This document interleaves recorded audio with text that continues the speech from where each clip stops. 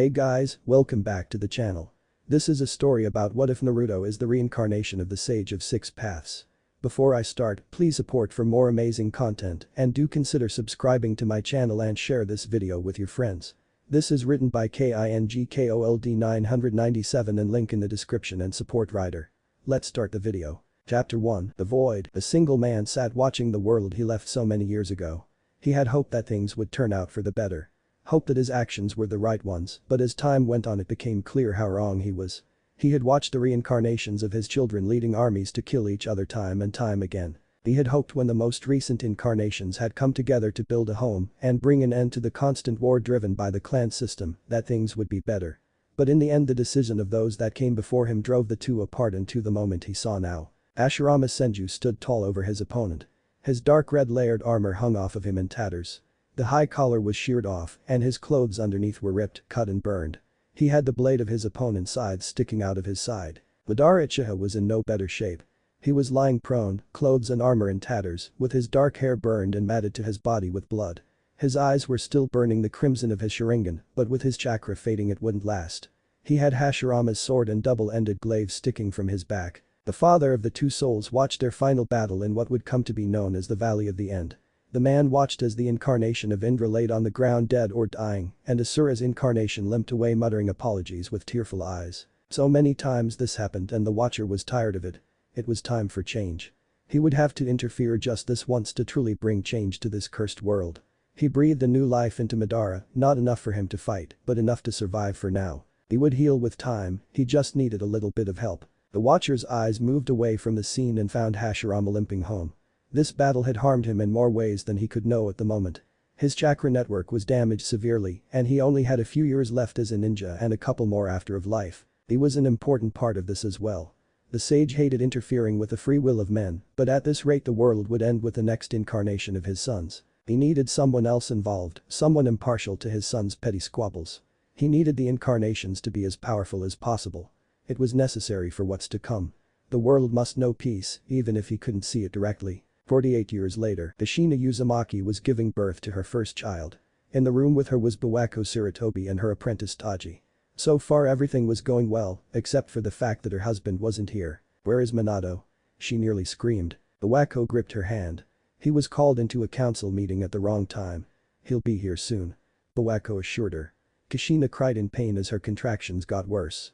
"Alright, breath and push Kushina. Little Naruto wants out and nothing is stopping him now." She did as she was told and just when she started Minato flashed into the room. "Sorry I'm late, things got a bit heated between Fugaku and Danzo," he called on his way over. He moved next to the bed and gripped his wife's hand, placing a gentle kiss on the back of it. "It's good you decided to finally show up." Kushina sassed him before letting out a scream of pain. Minato chuckled and comforted her as she gave birth to their son. He watched on as Bawako washed their child with care and wrapped him up so he could be held. He looked toward his wife with a warm smile until a cold laugh pulled his attention back toward the wash basin. There was a thud as Bawako hit the ground unconscious. "Hello Minato," a voice from his right called. He shifted his gaze and his eyes fell on a figure in dark red robes and a mask covering everything but his eyes. Minato was careful as he gripped one of his kunai tightly. He would have to be careful. "Well then I suppose we can make this transaction simple. I'll give you back your child if you release the Kyuubi for me." Minato looked down at his wife and she frowned at him. "If I refuse?" he responded and the masked man chuckled. In an instant he tossed Naruto into the air and readied a kunai to throw. Minato reacted and intercepted the weapon with one of his own. He used Hiraishin to flash over to his son and catch him before throwing his kunai toward his wife. It stuck into the bed frame next to her head and he flashed away again. Namika's compound safe room. Minato placed Naruto in the crib he had prepared and flashed back to Kushina's side. Back with Kushina, Minato arrived and kicked the masked man clear from his wife. "You're too late Minato, I've already won." The blonde looked back and saw that the Kyuubi seal was missing. The masked man disappeared in a swirl coming from his eye. "Kushina, are you okay?" Minato called in a panic. "I am fine Minato. Is Naruto safe?" He nodded. "Good, whoever the hell that was took the Kyuubi. We need to get back into the village and prepare for the worst." Minato lifted her out of bed and disappeared. Namika's compound safe room. Minato was about to lay Kushina in bed when the masked figure from before appeared again. "Oh come on man, do you have a bone to pick with me or something?" Minato groaned. "Well not really, but I just thought you'd want to know a few things. First thing. You won't be able to seal the Kyuubi back into your wife, it would undoubtedly kill her." Second, I released the Kyuubi in the village. Lastly, fuck you. The masked man flipped Minato and Kushina the bird and started to swirl away. He wasn't fast enough. Minato blurred over and punched the man square in the chest. He gripped his wrist and used Hurration to pull the man out of the village into the woods.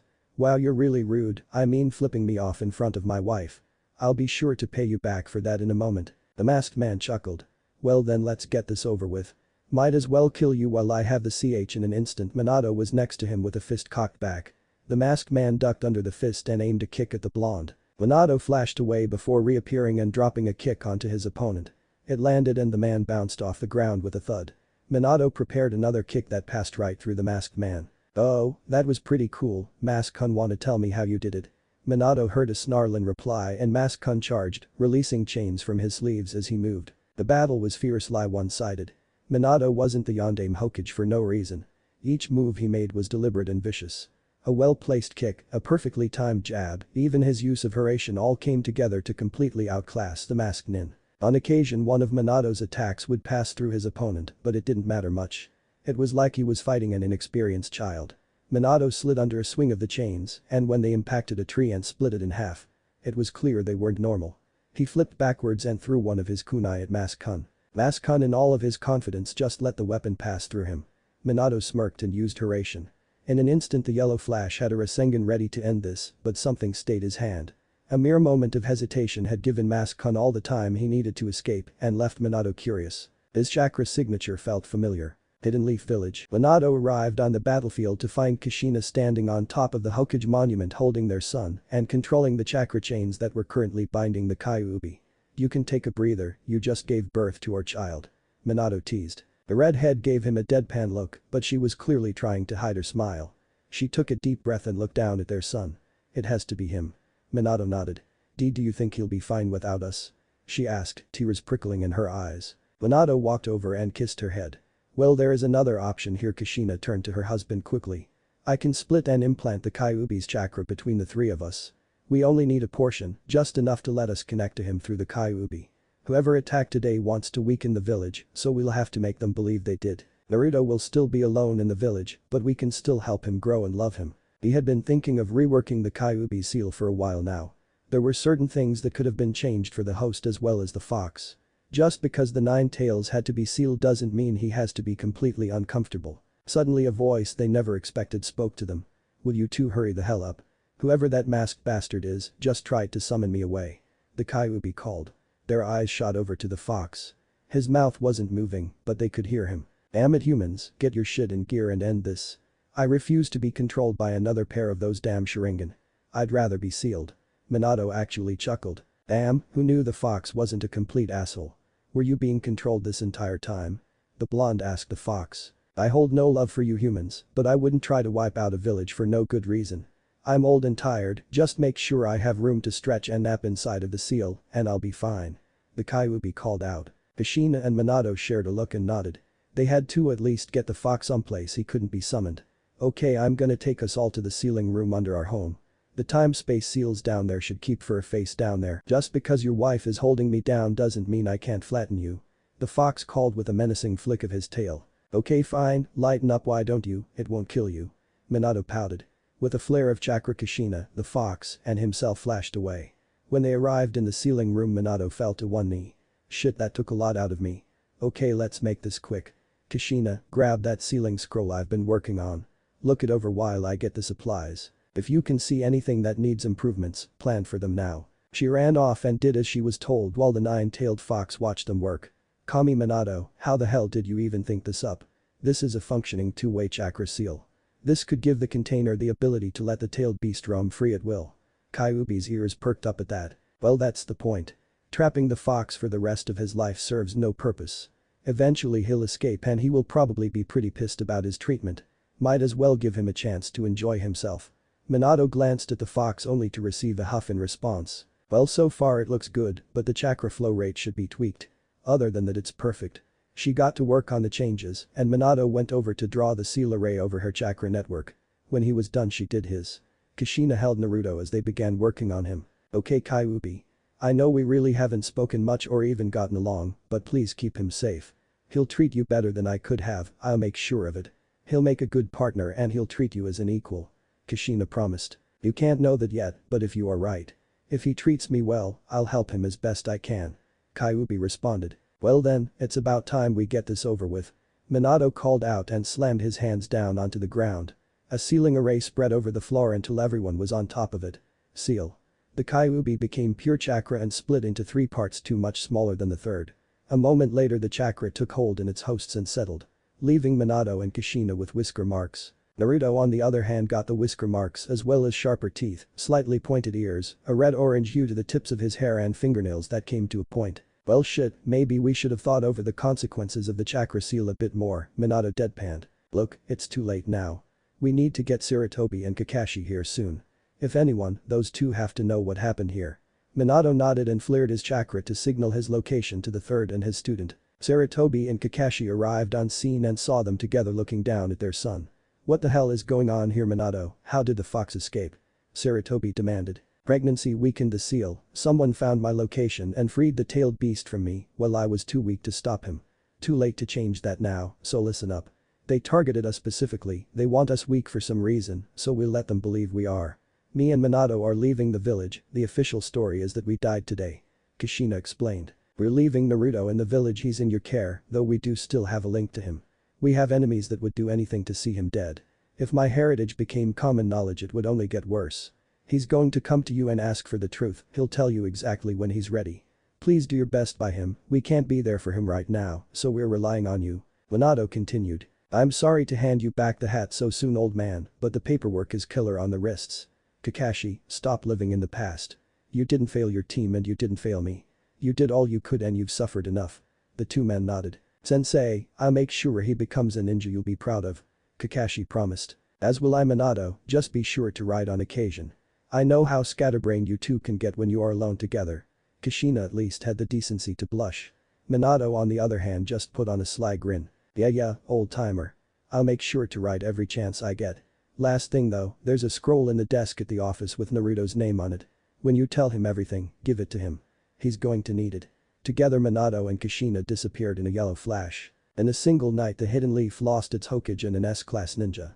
To the rest of the world it would seem like a while until they recovered. 4 years later, Naruto Uzumaki was running. This wasn't an unusual occurrence, whether it be running from angry villagers or Anbu after one of his pranks, he was often running. He was really good at it actually. He was faster than any of the civilians and a good amount of the genin in the village. This was different though. The sun wasn't out and there was no one to witness the heinous things this mob had planned. He was used to this. The cold looks, the harsh words, the throw objects and rejection as a whole.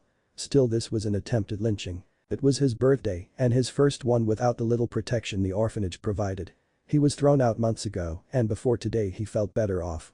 Now that the Kyuubi brat didn't have a place to hide, the villagers who held a grudge against him for no reason sought his end. Still, he was having fun taunting the crowd of mostly civilians while keeping just in front of them. He was leading them around by the nose, using his knowledge of the village's alleys and shortcuts to his advantage. The blonde cut down an alley and slid through a hole in the fence. He broke back into a run after flipping his pursuers the bird. He was in the clear now and more than having fun until he felt something dark approaching him quickly. He turned just in time to catch a kunai in his forearm. He howled in pain and rolled under the next few that came his way. He jumped clear and caught eyes with the 3 chunin chasing him now. His eyes widened as one was making hand seals. Kaiten. Phoenix Flower Jutsu. Small fireballs flew through the air, along with a sizable amount of ninja tools. The blonde felt a tug at the back of his head, a draw on his chakra reserves. His eyes began to burn and he could feel the tears running down his face. He took a breath that he thought might be his last until the world slowed. He could count each and every attack that was heading his way and could guess the trajectories. He could escape, but it wouldn't be unharmed. There was a gap in the attacks, just enough for him to squeeze through, but he would be close enough to 2 fireballs to get burned. He crouched low and launched himself forward. The closer he got the clearer his opening was. He jumped and tucked his arms and legs in close. He felt the fireballs get close enough to burn and tried to ignore the pain. Mid-air he grabbed one of the kunai and deflected a kunai that hid in the shadow of another one. He landed into a roll as his leg buckled. He dragged himself to his feet and glanced at the stunned ninja trying to kill him. The leader shook out of his stupor first and rallied the other two. What the hell are you doing? Kill him. He ordered. Naruto pulled himself to his feet and ran into the darkness. There was very little safety to be found nearby. Still, he went to the area he was calling home. He stayed out of sight and rushed to the only safety he had. The forest of death. Minutes later, Naruto finally made it to the small cave he'd been living in for the last few months. He still had grip on his kunai as he tucked into his safe haven and rested to heal his wounds. He was growing tired, but he needed to stay alert for a little while longer. There was always the chance that he was followed and he had to react fast or he would die. Unfortunately, he couldn't stay awake longer as he was dragged into his own mind. Little did he know someone was gathering outside of the cave plotting his end. In Naruto's mindscape, the blonde child found himself in an unfamiliar setting.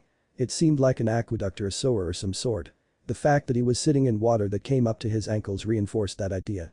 He stood up and looked himself over only to find himself completely healed. Naruto felt drawn further into the structure and only stopped when he was standing in front of a massive gate, blocking off an area of darkness. Leaning against that gate was a blonde man wearing a long white coat that ended in flames at the end. He had brilliant blue eyes that matched his own. "Hi Naruto." He spoke softly. The younger blonde looked at the man strangely. "I don't think hi is going to cut it there. How about you tell me where I am, why I'm here and who you are?" Naruto replied. The stranger grinned despite himself. "Well, I'm Minato Namikaze, your father. This is your mindscape and you're here because you seem to have tapped into much more of your own chakra and the foxes than you should be able to." Naruto took a step back and really looked at the man in front of him. Sure, they had the same colored hair and eyes, but the Yamanaka clan also had blonde hair and the power to enter minds. What sold it to him was the warm smile on his face. It was so much like his own it scared him. It wasn't the fake one he put on as he walked through the village. It was really a truly genuine smile that he reserved only for those few people who treated him like a person. "You really are my dad, but you're the fourth Hokage. That means you were the one to kill the Kyuubi. Oh my god, my dad is so cool." Minato sat back and watched as his son gushed over all of his accomplishments until a booming voice silenced him. "Who said this whelp killed me?" A pair of glowing red eyes called from the cage Minato leaned against. "Well, hey grumpy pants, did you miss me?" Minato teased. The eyes drew closer until a massive red fox showed his face. "You didn't even capture me, Kushina did that. What exactly did you do again?" The massive fox taunted. Minato cried and I'm tears. "Hey, no need to kick me over my lowest moments, fox. Look Naruto, I sealed this big ugly furball inside you so you could be strong and protect the village while I'm away. Though I wasn't exactly expecting you to tap into Furface's chakra this early. Seriously, what the hell happened in the village? Look, I'm getting sidetracked and there's a lot we need to cover." Naruto stopped staring at the fox and fixated on his father. "You need to know more about me if you hope to know why things happened the way they did. Not only was I the fourth Hokage, I personally led the quick reaction force of the Hidden Leaf during the Third Shinobi War. It's probably what caused the man to attack the village and free the fox. It's also why no one can know of your parentage. Your mother and I were both strong and well wanted throughout all of the other hidden villages. You must err on the side of caution.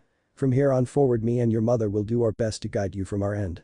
Minato continued. "First thing first, I need to see how your chakra flows into your system. I won't be able to change anything, but I hope Furface can give you a hand with that. Flow chakra through your entire body, from the tips of your toes through the top of your head." Naruto concentrated until he felt the familiar flow of chakra into his body. He looked at his father only to see a surprised expression on his face. "Naruto, your eyes," Minato choked out. He wasn't wrong to be concerned. Naruto looked down at the reflective pool of water to look at his eyes. They were a deeper blue now, almost a royal azure color. Swirling around the pupil was two tomo in each eye. I don't even know how that's possible. You shouldn't have the Sharingan, and I'm sure the Sharingan has always been red. I'm gonna have to do some research on my end. Dad, is everything alright?" Minato nodded. "Yeah, you're just more special than I thought you were." The world around them distorted just barely. "Okay Naruto, you're waking up soon and Furface here still needs to talk to you. This won't be the last time you see me and hopefully soon you'll meet your mom too. Be safe and treat the furball fairly. He gets moody if you don't." The fox growled and tried to smash the man with a tail. "Oh, speaking of, go to Sarutobi and tell him we've spoken, show him your eyes too. He'll give you what I left to you. Hide your strength, only show it in times of need. The fewer connections that can be made between you and I the better. There's only one thing left to tell you now." Minato paused and smiled wide. "I love you son." Minato's eyes flashed bright red for a moment and he was gone. The connection had been severed. Naruto had held back his tears this long, but now his father was gone. He broke down under the watchful eye of the nine-tailed fox. "I love you too, Dad. I promise I'll make you proud." He looked up at the fox and the demon nearly recoiled. "Okay Fox, we should probably talk." To be continued. Chapter 2. Author's notes. Hi all, thank you for the reviews and follows. Here is Chapter 2. Demopolis. The easy answer is yes. Just like the Sharingan has abilities depending on the user, so will the Rinnegan. The biggest difference of the two though will be in training. I hope you get to see the story progress that far. Inside Naruto's mindscape, the blonde looked up at the massive fox and spoke first after his previous declaration. "What's your name?" The fox raised an eyebrow. "My name is known throughout the land, even you must know it, child." The blonde shook his head. "Those are titles, not names. Kyuubi, nine-tailed fox, the great fox demon, none of those sound like names. So tell me yours, you already know mine." The fox grinned down at the child. You may just entertain me yet. Fine child, the name is Kurama. It seems your mother was correct about you boy. After you speak to your cage, I'm going to show you a few things. I refuse to have a weak container." The fox bellowed down at the child. "Well then if that's the case how do I get out of here? We can get to know each other later." The fox grinned and tapped a claw onto the ground. The world shifted and went black for Naruto until his eyes came open to the view of the cave. He took a deep breath and his lungs filled with smoke. He looked around in a panic and saw the smoke pooling around the roof of the cave. He crawled his way out of his hiding place and rolled out into the open. He was about to run for the entrance when he saw it was blocked completely by burning wood. "Shit, Kurama, I need to get out of here, any ideas?" Naruto called. "Yeah, kid, I have an idea, but we're going to have to synchronize our chakra. Since it's the first time it won't be the most pleasant thing." Kurama replied. "Well then let's give it a try. It's either that or I suffocate." "How do we do this?" "Sit in the lotus position and flow your chakra into your core. I'll do the same, on my end I'm going to regulate the flow of chakra into your system. Once it's done you should be able to make a new exit or charge through the main one." Naruto started following the instructions. It was a lot like flowing chakra into his body, but in reverse. He could feel a slight burn under his skin spreading from his stomach. He was sure this was going to be the worst of it, oh how wrong he was. "Okay kid, I'm starting now." The pain multiplied and Naruto writhed in pain. The veins all over his body bulged from the strain of attempting to support the flow of chakra. "It's almost over, kid, only a little more." The pain began subsiding and Naruto felt more than normal. He felt powerful. He jumped to his feet and straightened himself. "Alright kid, right now you have full access to about 1/100th of my power. It is not much, but it's more than enough to fight off a small group of Chunin with enough effort," Kurama explained. "Kick ass, I'm taking the front door if you don't mind." Kurama chuckled and Naruto charged the barricade. Naruto felt something odd and looked behind him and saw a single fox tail swishing calmly. "Try to flick your tail at the barricade. It's just like flexing your muscles." Naruto tried it and a gust of wind ripped through the air in front of him. It cut a path through the barricade and left a path for Naruto to jump through. He skidded to a stop and heard the gasps of shock from the people standing there to kill him. "I told you he was the damn demon fox. Look at that tail and those ears. He's getting stronger, we need to kill him now," the seeming ringleader shouted. Naruto crouched on all fours and looked at his surroundings. He felt something odd. It was emotions that didn't belong to him. He felt their rage and fear all focused on him and oddly enough it made him feel stronger. Get him before his power grows more. Rocks, kunai and shuriken sailed through the air at the blonde and with a single swish of his tail, they all fell away from him. Naruto growled and his eyes became feral slits. He looked over the crowd with those predatory blue eyes and readied himself to attack. "Okay, tone it down there kid, I can't have you killing villagers if it can be avoided at all. It'll just make them hate you more," Kurama advised. The blonde shook his head to try to clear his thoughts until a kunai sailed at him and pinned one of his hands to the ground. A feral roar cut through the air and Naruto began his assault. With ease he tracked his attacker by the smell on the kunai and proceeded to rip one of his arms off. The howls of pain were only tuned out by the screams of terror and retreating footsteps. The blonde tossed the man away and glared at him. A moment later he turned and ran off into the distance. Edge of the village, Naruto came to a stop and fell to his knees. Tears spilled down his face and traced lines in the drying blood on his face. "You didn't kill him, Naruto. He's alive, but his life as a ninja is most certainly over. You defended yourself, nothing more, nothing less. They meant to kill you there." The demon fox's words did nothing to soothe the child. He had injured an ally and in his eyes, he had committed an unforgivable sin. "I shouldn't have done that. They're my allies, I shouldn't have." He froze, something was off in the air. He took a deep breath and his eyes shot over to something he couldn't see just yet. He felt fear from someone over there, along with pride and greed. Chakra flowed into his eyes and his vision enhanced as the Tomo became clear in his still-slit eyes. He saw a group of ninjas standing in a clearing with a sack that seemed to squirm in protest. Naruto crouched and flowed chakra into his legs. "Those ninja didn't smell like Konoha, they smelt like a storm. They aren't allies, I can hurt them." Without another sound he blurred from sight and only came to a stop when his claw-like nails had ripped through the chest of the ninja holding the bag. "What the hell is that thing?" one of the ninjas shouted. There was no hesitation from Naruto as his eyes locked on his newest target and pounced, leaving his first victim to bleed out. With each movement Naruto got more comfortable with his new form and fell to all fours. With this comfort came more natural movements, and more natural movements made him more efficient. "Kill that thing before it gets any more of us," one of the nin orders.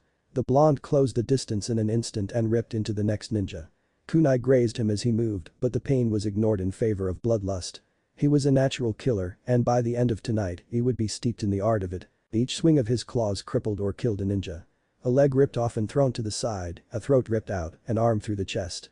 Fear filled the air along with the scent of blood until only a single ninja was left alive. Naruto stalked closer, his breath leaving an almost unseen mist in the air. He was about to end the threat at once when a voice echoed in his head. "Leave him alive, someone will have to be interrogated for this." Naruto stopped his stride and raised a fist. A single blow knocked him out and left Naruto to help the person trapped in the bag. He approached and ripped the bag open, leaving him looking at a pair of beautiful pale lilac eyes. He stopped when he noticed the change in scent. She wasn't afraid anymore. "Hi, I'm Naruto, are you okay?" he asked after a minute of silence. The girl just wordlessly nodded and sat herself up. "DT thank YUFF for helping me. I don't know why they wanted me, but if not F for you I don't think anyone would have made it in tea time." Naruto stood and offered her a hand. "It's not a problem, I couldn't just let them take you." She took his hand and he pulled her to her feet. "Let's get you back to the village, give me a second, I have to grab something." Naruto let go of her hand and felt a chill creep up his spine. He ran back over to the ninja he knocked out and gripped him by the ankle. With ease he dragged the man over to the girl and took her hand again. "Sorry, I have to bring him back so the Hokage can find out what he knows." She looked back at the man and stepped closer to Naruto. It's fine, I know why you won't let anything happen, TT to me." Naruto gave her his brightest smile and together they walked back to the village. "Naruto, I'm going to lessen my flow of chakra into your system when you get closer to the village. When you get a better handle on your own chakra I can show you how to shapeshift to hide the extra feature while using my power." Naruto nodded and continued on his path. When they reached the edge of the village Naruto felt the flow of chakra wane and he compensated with his own. He continued to drag the man behind him, but it was a bit harder than before. He stopped when a patrol of ninjas surrounded them and aimed their weapons at him. "Lady Hinata, are you okay?" One of the men with eyes similar to her asked without removing his glare from the blonde. It was only then that Naruto Hinata she turned to him with a slight blush. "That's a beautiful name, it suits you." Her blush lit bright red and she hugged him close and buried her face into his shirt. He removed his bloody jacket on the walk and tied it around his waist. "How dare you address Lady Hinata so casually?" the same man barked. He reached out to pull the blonde away when a pair of slit blue eyes turned on him. Naruto hugged Hinata back for a moment before separating. "I rescued Hinata from some ninja in the woods. I captured one of them, he's kinda heavy if one of you doesn't mind." For the first time they noticed the ninja with the Kumagakure headband being dragged behind the children. A squad of Anbu dropped between the ninja and the children. "We are taking these two to Lord Hokage, Hyuga send word to your clan head to meet them at the Hokage's tower." Without another word the Anbu grabbed the three in their circle and shunshined away. When they stopped they were in front of the third Hokage and Naruto felt absolutely sick. He let go of Hinata's hand and grabbed the closest trash can. He emptied his stomach and sat down on the floor. "First time on a Shunshin ride, yeah I remember my first. Don't worry, it'll go away soon." The Sandaime Hokage called from his seat. "Now, from the report that hit my desk a few seconds ago, it seems Naruto saved the Hyuga heiress on his own. Now this comes at an even greater surprise, seeing as the two clans hailed as the greatest trackers in the village couldn't even find her." His words came the moment Hiashi Hyuga walked into the room. The man seemed impassive, but Naruto could feel his shame and anger. "Lord Hokage, you called for me." The clan head bowed when he entered. "Yes I did. It seems that your daughter was rescued by this young man, on top of that he brought back one of the assailants alive. Do you mind checking him for any hidden weapons or poisons? It would be bad if he took his own life before the department got their hands on him."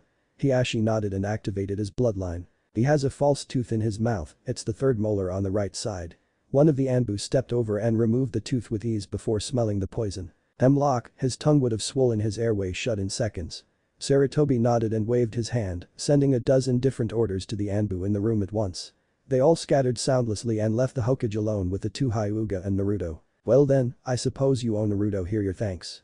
He saved your daughter when your own clan couldn't even with your all-seeing eyes." Hiashi's anger spiked again. "On my end I see this as behavior to be rewarded. I'll have to think that over, I hope I can give our hero a worthy reward." The third Hokage seemed to be hamming things up more than Naruto would have expected. He had only spoken to the man a couple times in his life and nothing that endeared him to the village leader. Lord Hokage, I'm not sure what makes you believe this child could have single-handedly. The Sandaime raised a hand. In an instant the Anbu assassination forces captain shunshined into the room. Yes, Lord Hokage. Og, please do tell me what your job tonight was. The Anbu stood tall and bowed. I was assigned to protect one of the village's assets due to the presence of foreign dignitaries and ninja in the village. In the time watching the asset I witnessed him being attacked by villagers, chased into a cave and nearly burned alive in his sleep. Dog began. Before I could intervene, the asset made his way out of the trap set for him and defended against villagers and ninja. Some of which should have been attending to security duties, 4 of which would have been in the direct path between the kidnappers and the Hyuga compound.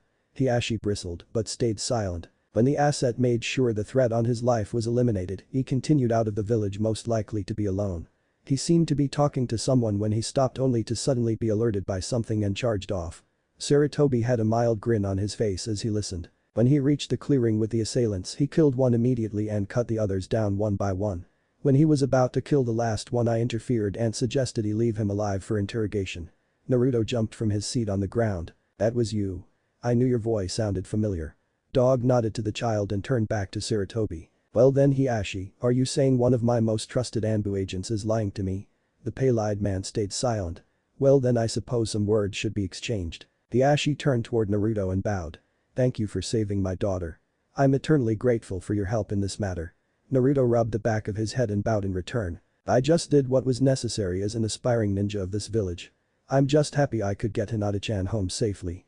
The young girl in the room blushed brightly. Hiashi actually donned a soft smile. You're well spoken for someone your age. How have you learned so much so quickly? The Hyuga patriarch questioned. Naruto flinched and everyone noticed. Before I was kicked out of the orphanage, the mother would lock me in the study alone during free and play times. 4 people in the room were utterly shocked for plenty of reasons. Naruto, what do you mean kicked out of the orphanage? Hiashi asked. The blonde shrugged.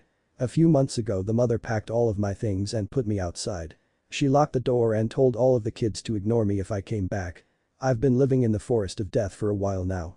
3 separate pulses of killing intent ripped through the air and nearly suffocated the civilian receptionist outside. The Hokage waved his hand and one of his personal guards went off to handle the situation. Lord Hokage, it seems there must be something done about Naruto's living situation. Might I suggest one of the vacant ninja homes close to the academy and my own compound? There are a few I've been scouting for any possible expansion in the future. I agree, Hiashi, you would be my primary choice of guardian for the young man as things stand, but given his situation, you must remain publicly neutral. Hiashi nodded. Well then, find a suitable place and bring me the information in the morning. I'll make sure it's prepared. Hiashi nodded. Perfect, you and Hinata are dismissed. I'm sure she's tired after the ordeal she went through. The young girl nodded and bowed before approaching Naruto. She hugged him quickly and whispered a soft thank you before following her father out. Once the room was clear, Naruto turned around and was reminded of what his father told him before. Old man Hokage, there's something I need to show you, but we have to be completely alone. The Sandaime Hokage looked at the boy with a smile. We are alone.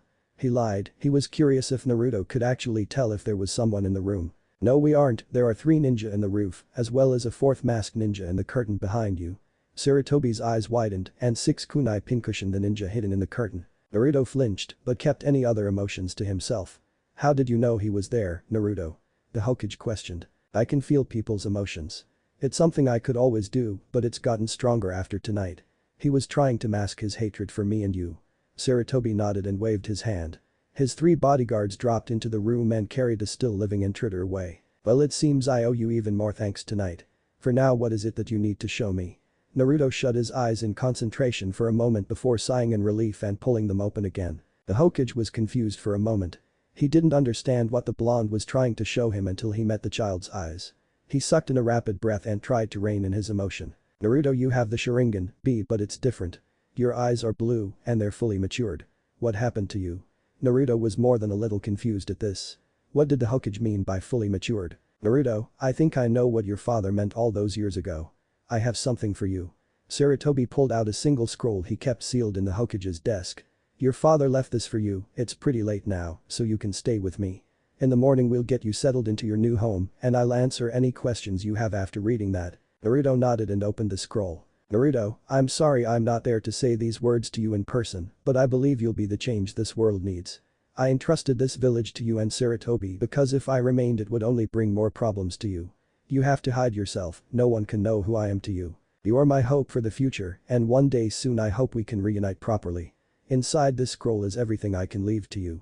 There are seals on this scroll that can only be unlocked when your chakra reaches a certain level. Some may seem out of reach for you, but knowing your mother and the furball in your gut, you'll be there in no time. Live well and get strong. Oh, and tell Saratobi to assign Kakashi as your teacher and guardian ASAP. He needs you as much as you'll need him. Naruto felt the tears in his eyes stinging as he finished reading. He couldn't help the smile that covered his face as he looked up at the Hokage. Gramps, I don't think I have many questions just yet, but maybe soon. Saratobi smiled back at him and nodded. Well for now you're sleeping here in my private bedroom, in the morning we should have a new place set up for you as well as a protector. Naruto nodded and remembered something from the scroll. My dad said to assign Kakashi as my guardian, he said he would need me as much as I need him. The third laughed and nodded. It seems you still have a leg up on me Minato. Saratobi led the young blonde off to the side and into his private bedroom. Okay get some rest I'll wake you after the preparations are made. Naruto laid in the bed and got comfortable as Saratobi left. The blonde took this time to go talk to Kurama. Inside Naruto's mindscape. Okay Kurama, now's a good time to talk. The fox sauntered into view and tilted his head down to look at the blonde. Yes my weak little vessel, it's time we had that talk. I'm Kurama the Kyuubi and the most powerful of the tailed beasts. You on the other hand are my embarrassment. You should be the strongest of the Jinchuruki even at your age you should be much stronger than you are.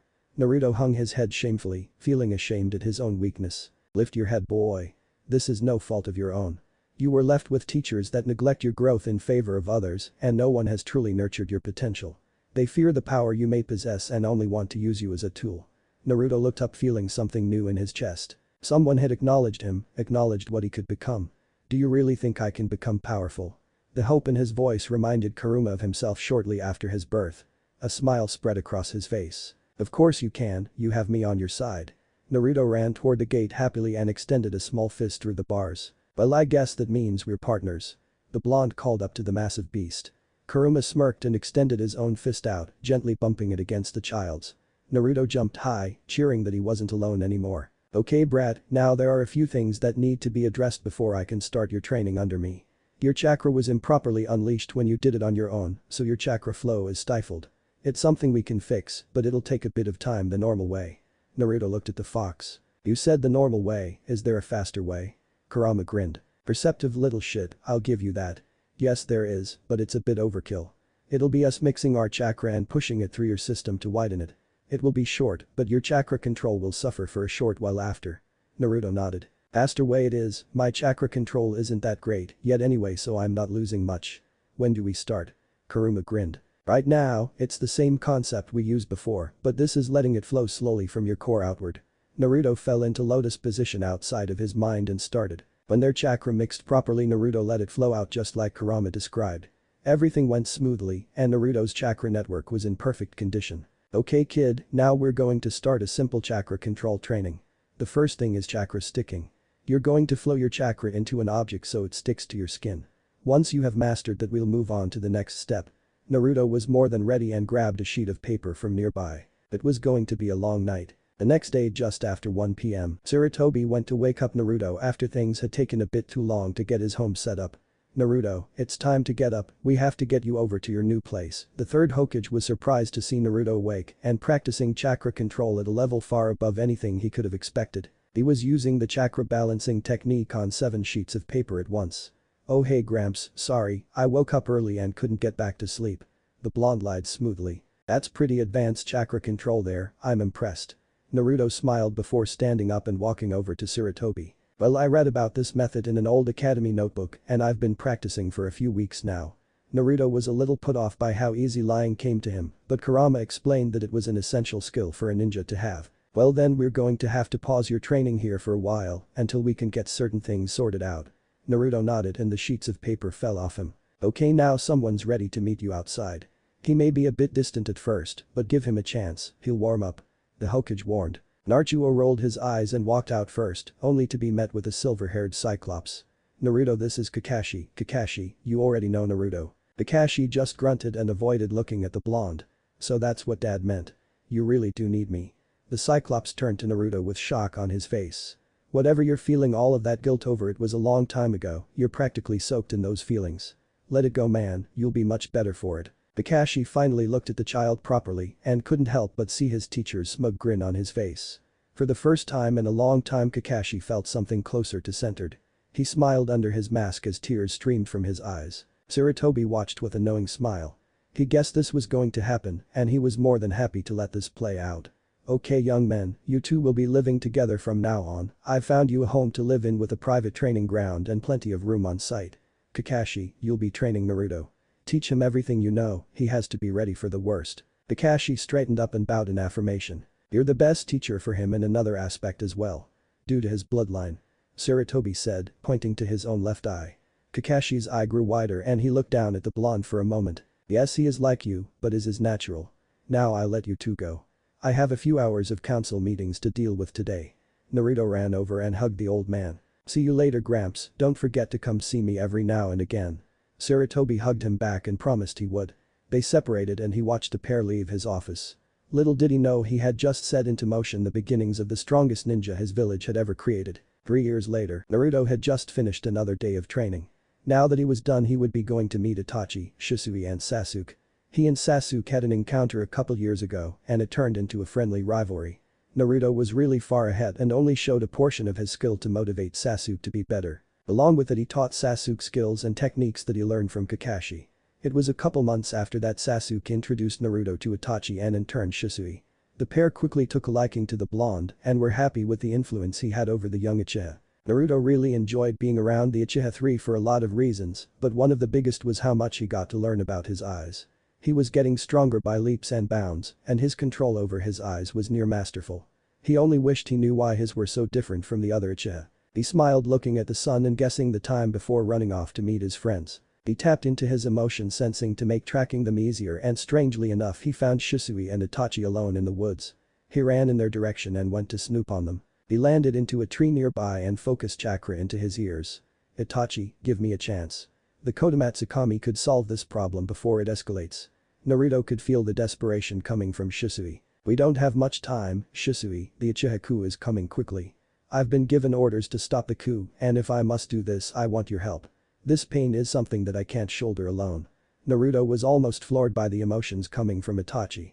He was wallowing in despair. If my plan tonight doesn't work, then we'll do it your way. If the clan doesn't come to reason, they will be wiped out. Naruto felt a stab of pain in his chest and could hold himself back no more. He jumped down between the two and glared at them both. What the hell are you talking about? Why are the Uchiha planning a coup and why hasn't Gramps put a stop to it yet? The two Uchiha looked at the blonde and frowned. They hadn't meant to be overheard and worse by Naruto. They were about to explain things and try to keep him quiet when the blonde turned away from them and glared in a direction, raising a hand to silence them. Someone just came close enough to spy on us. Their negative emotions are targeting you, Shisui. Naruto growled lowly. I count 4 of them. They're really good at hiding their emotions, but I can still pick up the drags at this distance. Itachi and Shisui were immediately on guard. It's rude, I knew Danzo wanted to recruit me, but I'd assume now he just wants my Kodomatsukami. Shisui called. Itachi nodded and looked at Naruto. You need to get out of here before things get serious. You can't be involved in this, it's Uchiha business. Naruto looked over his shoulder and shook his head. Tell me I can trust you, and I'll let you see my most well-guarded secret. The two Uchiha looked at each other and nodded. You can trust us, Naruto, you're like a little brother to us both. The blonde smiled and let chakra flow into his eyes. Well, it seems it's my business too. For the first time, Naruto showed another person outside of the Hokage and Kakashi his bloodline. He was glad it was his family. It's too late now, Shisui, we need to get clear before his full force comes to silence us. Once he has your eyes, he'll use them to control me and Naruto. Having the Jinchuruki and the Uchiha prodigy on his side would be too much to resist. You need to go now. Danzo's reach is too far, no matter what I won't escape him. We have to make him think he doesn't want this anymore. Naruto looked up at him. How do we do that? The blonde questioned. Make him change his mind about my eyes. Kodomatsukami is so subtle it is near unnoticeable. So if I can get close enough to use it, he and all of his agents will think they aren't as powerful as he was led to believe. That means I can't use it on the Uchiha though. Itachi and Naruto nodded. You two can't be around when it happens, you need to get away now and let them think their trap is working. Stay in range just in case things don't go to plan. Itachi and Shisui shared a look. We'll stay close, be careful. Itachi called out before walking away. If you don't make it back, I'll come in to drag you out. Naruto threatened. Despite everything, he was confident that his older brother figure would make it out alive. They hoped for the best. A short while later, Naruto and Itachi were in the treeline of the clearing. Shisui was facing off against wave after wave of root agents. It was clear they were meant to tire him out until Danzo could arrive. They were both prepared to blow their cover and step in the second it was necessary. Despite everything, things were going well. Until Naruto felt the cold, calculated feelings of twisted protective nature coming front, he treeline opposite of them. Danzo stepped out of the treeline with a calm expression, and Naruto could feel things were going wrong. His eyes pulsed subtly, but he just blinked away the odd feeling. Itachi, we need to get him out of there now. Naruto made a move only to be stopped by Itachi. It's fine, he's already won. No one moved for a long time until Danzo ordered a retreat and left. It was seconds later that Shisui fell to his knees and passed out. The pair walked over to get Shisui into hiding. Kodomatsukami doesn't require eye contact to work. As soon as he was in Shisui's range of vision, the job was done. They reached him and dragged him to his feet. His eyes fluttered open and were in their sealed state. Hey, you two, did the plan work? Naruto smiled wide and nodded. Shisui smiled and passed out. Okay Naruto, we need to get him as far away from here as possible. If he comes back, he might just decide to tie up a possible loose end. Okay, Itachi Nai. We can take him back to my place. After the last time, route still steers clear of the place. Itachi looked at the blonde but didn't question it. He wouldn't risk his sanity. The pair pulled him out of sight and to the small compound Naruto and Kakashi stayed in. They tucked inside and put Shisui in one of the spare bedrooms. This'll be fine. I'm going to let Kakashi know what happened. He turned to leave only to stop a moment later. We still have to discuss your plan. But that the blonde left, leaving a stunned Uchiha in his wake. The raven-haired teen wouldn't know, but Naruto already assumed his plan was necessary if he even thought it would work. Things had gone too far. The fox in Naruto's body had already taught him about necessary sacrifices for the greater good. Sometimes that kid scares the hell out of me. Shisui groaned, nearly sending Itachi into the roof. Sorry about that, I thought the Uchiha prodigy would be able to sense when I woke up. The older teen teased. I'm not that good yet, I'm glad the plan worked. Itachi muttered. It was a soft sentiment but held enough weight to pass along a deeper message. They both thought this would be the day Shisui died. Yet somehow a single kid changed all of that. If they had any less warning. If they didn't know they were being watched. If they separated and Shisui was more devoted to using Kodomatsukami on their clan, then they wouldn't be having this conversation. Yeah, so am I. To be continued. Chapter 3. Naruto entered the room again and met eyes with the Uchihas in the room. I'm in. The blonde called flatly. They looked at him strangely. What do you mean, Naruto? Shisui asked. I'm not letting you two do this on your own. I'm going to help you complete whatever plan you guys have. He declared. No. The Uchihas shouted in unison. We are not putting you through anything like that. You're way too young to have to suffer like that. Shisui all but shouted. Okay, tell me then. What happens after you're done with this? Are you going to stay loyal to the village, or are you going to leave? What even is your plan? Itachi was taken aback over this. He hadn't exactly thought that far yet. The children and those uninvolved will be spared, but all of the rest will be killed. It is necessary to the peace of the village. Naruto scoffed. Do you really think for a second that your plan would solve the issue? If you're seen by any of the survivors, you would both have to leave. Revenge would be on the minds of all of the survivors. If you blame another village, war would be the only way out. Your only chance is blaming a group of rogue ninja, but finding a group that would be strong enough to wipe out a clan without the village knowing would be difficult to say the least. Naruto argued. I'm going to help, we're going to sit down and iron out the details, so you two don't have to leave the village and live with this pain for the rest of your lives. The two Uchiha tried to argue, but they couldn't get through to the blonde at all. Fine Naruto, you can help with the planning, but you aren't going to be involved after that. We won't be responsible for you killing members of your own village. Shisui demanded. Naruto frowned but nodded anyway. Now we need to discuss who exactly dies. Naruto stated. Itachi and Shisui flinched. There can only be a few exceptions. Itachi stood. What do you mean only a few? Naruto looked at him sadly. Each of you should only pick 2 people to spare.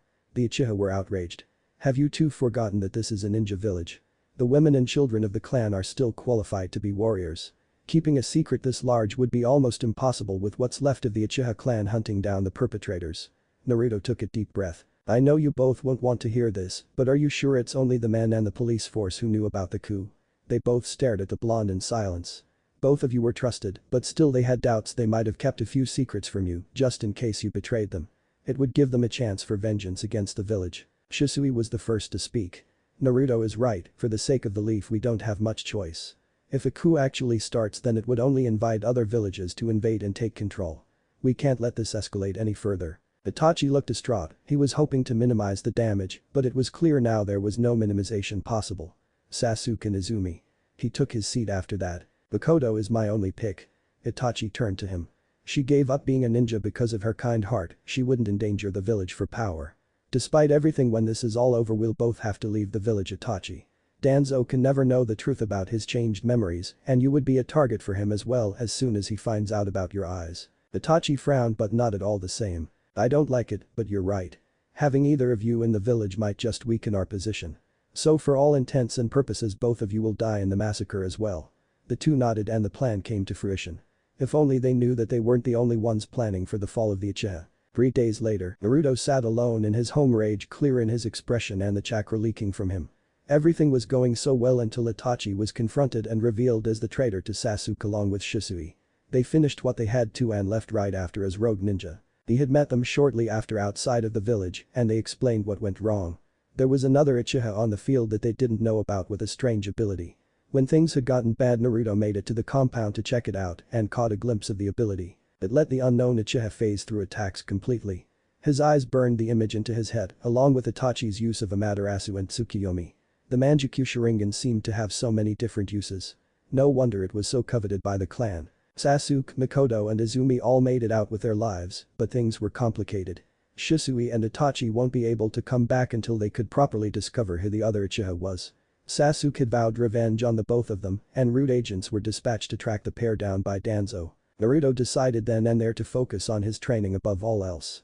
He had to be strong so his loved ones wouldn't have to suffer again.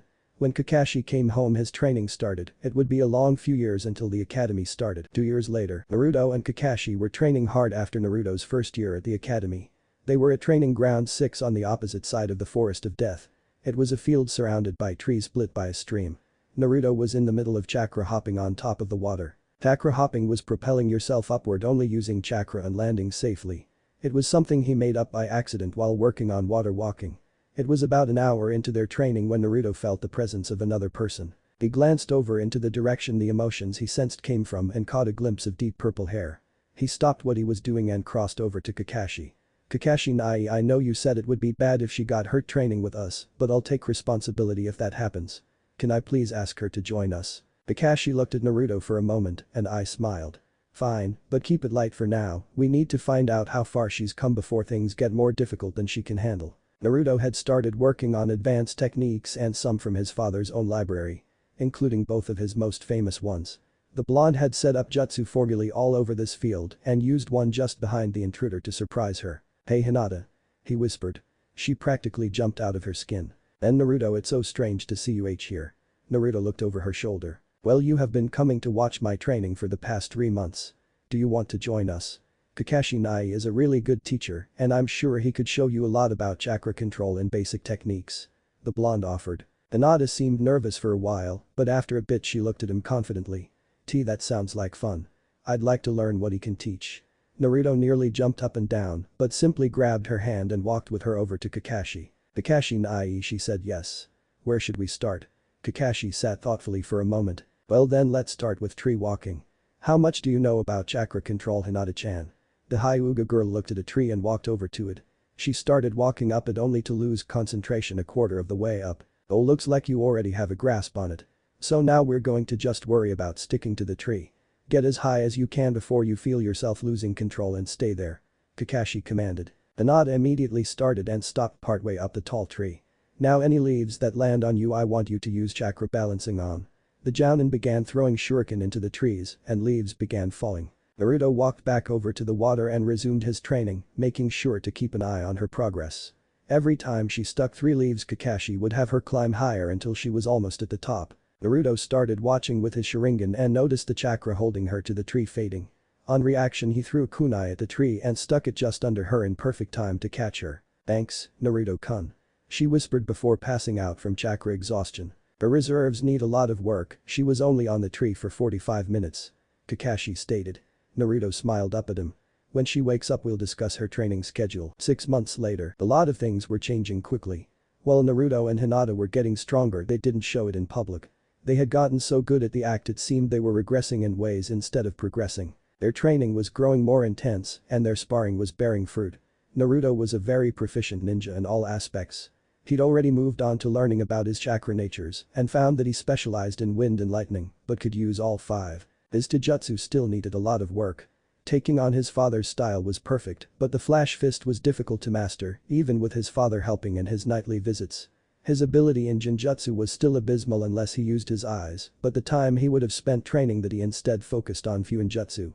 He was coming along much too quickly for it to be normal. Hinata had only just finished her conditioning so she wasn't nearly as far along, but she still had her merits.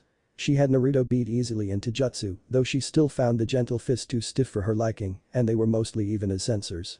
Her biggest edge though was ninjutsu. In the few months she'd been training in it, she had developed such lifelike illusions they could be used on Kakashi without him noticing. She and Naruto had even begun pranking the villagers with them. There were a certain group of villagers who still believed the village layout had changed overnight. Soon they would start her elemental training when her reserves were deep enough. The only real issue with the training was Sasuke. The Uchiha had realized there was another Sharingan user left in the village and made it his mission to have Kakashi train him. So every chance he got he'd try and follow the Jounin to their training ground or to their home. Naruto was finally reaching the end of his wits. He wanted Sasuke to join them, but the Uchiha still wouldn't talk to him. They had been friends before the massacre of his clan. Now he was simply obsessed with vengeance. So when Naruto sensed Sasuke approaching their position he huffed and stopped training. Then Naruto-kun, what's wrong? He looked at her and grinned. It's just Duck, but I think I need to talk to him. With that he shined away and appeared in front of the Uchiha. Hey Sasuke, we need to talk. Before the Uchiha could argue, Naruto grabbed his arm and used Shunshin to take him a good distance away. When they stopped they were in the clearing, Shisui was attacked in. What the hell dope, you can't just kidnap me. Sasuke shouted. Yes I can because Itachi Nai gave me permission to. The Uchiha's expression got dark. Now you're going to shut up and listen so you can shake yourself out of whatever the hell you have going on before it gets you killed. Why the hell should I listen to you? Sasuke sneered. Because I know exactly what happened that night. Sasuke shut up and listened while Naruto told him everything.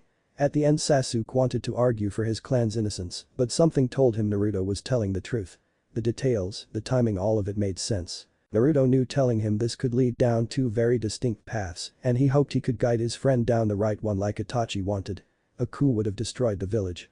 Even if all of the Uchiha had succeeded in killing the Hokage and taking control, the other clans wouldn't let it stand. Naruto explained. Sasuke looked at him and nodded. They would either leave to other villages or try to seize control themselves. Even if they stayed, the other villages would find out about the Leaf's instability and attack. Well, we couldn't properly defend our borders. It would be a disaster on a large scale. God, I can't believe I hated Nai-sama without knowing the truth. Well then how about you come with me to train? This village needs to change and the only way to do that is to have power. Sasuke grinned at the blonde. Sounds like a plan, dope. I'm still gonna need time to process all of this though. Together the two went to meet up with Hinata and Kakashi. This was the start of something great in the Hidden Leaf village. 3 years later, the day was the day Naruto was heading to his final day at the academy. He was dressed in orange pants with black sandaled boots with red fur lining. He was wearing a black overshirt bound by red leather straps crossing over his chest, securing 2 short swords to his lower back. A short red scarf wrapped around his neck. The whisker marks on his face became more pronounced over the years, but that wasn't the only change. His teeth became more pointed and pupils sharper. His fingertips became black to the first knuckle, and his nails grew thicker and sharper. He was on the verge of flunking to keep up his act along with Hinata and Sasuke. He had learned so much in the last 6 years, but the time to show it was still far away. His eyes tracked the movements of everyone around him absently as he leapt through the village. Naruto made it to the academy and slipped in through the window to take his seat. Everything was going smoothly when everyone started coming into the class. For the most part he was ignored except by the few people he acknowledged, and Kiba, Shikamaru and Choji came in and they exchanged greetings. Hinata came in shortly after and took her seat to his right. Sakura, Ino and the fangirls came in, but they ignored him as usual. Sasuke came in and took his seat to Naruto's left like normal, only to be swarmed by fangirls the moment he was seated. It was strange to see for most people. The best and the worst of the class being so close and interacting so calmly was surprising. Any time either of them were asked about it they always replied the same. Dope team is my brother, why wouldn't we be close? Outside of them only a few others knew the whole story and they planned on keeping it that way. The fangirls had given up on trying to force Naruto and Hinata out of their seats after the first time Sasuke threatened to file restraining orders. It didn't stop them from swarming him before class though. Then Kiba came in and the peaceful hustle and bustle of the morning quickly became a lot louder. What the hell is the dead last doing here today? It's not like he's going to pass. Why don't you just save Iruka-sensei the time and bail before he comes in? Feeling intense silently rose in the room and the fangirls quickly moved away from Sasuke's location. On either side of the blonde, 2 Dojutsu users were glaring at a now frozen Kiba. Naruto grinned down at the dog boy and the killing intent in the room instantly died. Unseen from everyone else was the slight tapping of a single black fingertip under the table. Kiba, maybe you should take your seat before the best in the class do harm to you. Besides you have no room to talk seeing as you're only barely above Naruto in class rank. Shikamaru groaned. Kiba growled and took his seat just as Iruka came in with Mizuki. Everyone rose and bowed. Greetings class, it's about time we get your final exams on the road. Now to start there are a few things that need to be discussed before we start. All of your class rankings will be affected by your performance in the exam. Anyone can take the top spot and anyone can drop to dead last. Shock spread across the room and Mizuki seemed almost nervous for a moment before becoming impassive. As far as he was concerned he had nothing to worry about. Sasuke would still be the top of his class and Naruto would still fail. Now, Mizuki will pass around the written portion of the exam.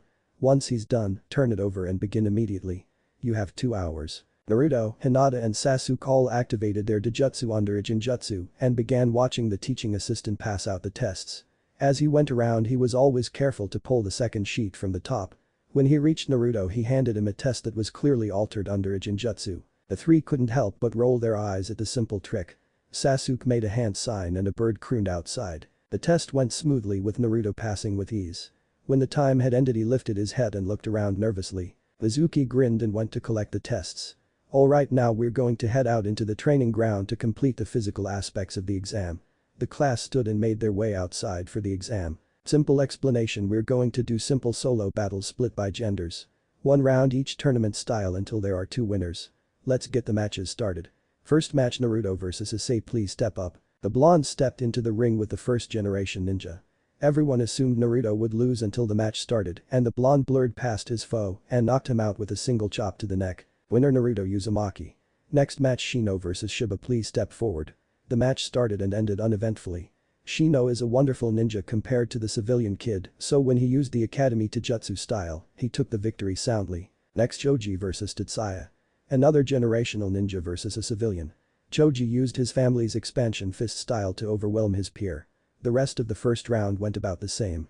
Those from ninja families won out easily over the civilian kids, except for Sakura who despite being underweight was still proficient enough in the academy Taijutsu style to barely pull out or win. The only girl in the class to soundly win their match was Hinata. The gentle fist style beat the civilian kid easily. Whoever made these brackets should be yelled at for how unfair of a start it was. Next match, Naruto vs Kiba. Please come forward. The dog boy was so busy boasting about an easy win he didn't notice the warning Akamaru tried to give him from the sidelines. The 2 stood across from each other and the match began. Naruto rushed forward with a kick that pushed straight through Kiba's guard. The blonde dropped to the ground and swept his peer's legs before mounting him and leveling a claw at his jugular. Naruto wins. Iruka called. Next match, Sasuke vs Shikamaru. Please come forward. A hand raised quickly. I forfeit, no point in fighting him. Shikamaru deadpanned. Iruka assumed this would happen. Winner by forfeit is Sasuke. Next match will be Shino vs Choji. Please come forward. The 2 stepped into the ring and the match began. Choji opened up with a flurry of strong punches and Shino couldn't do anything but avoid them. A single one would be enough to finish this match. He tried to counter-attack, but the attack seemed never-ending.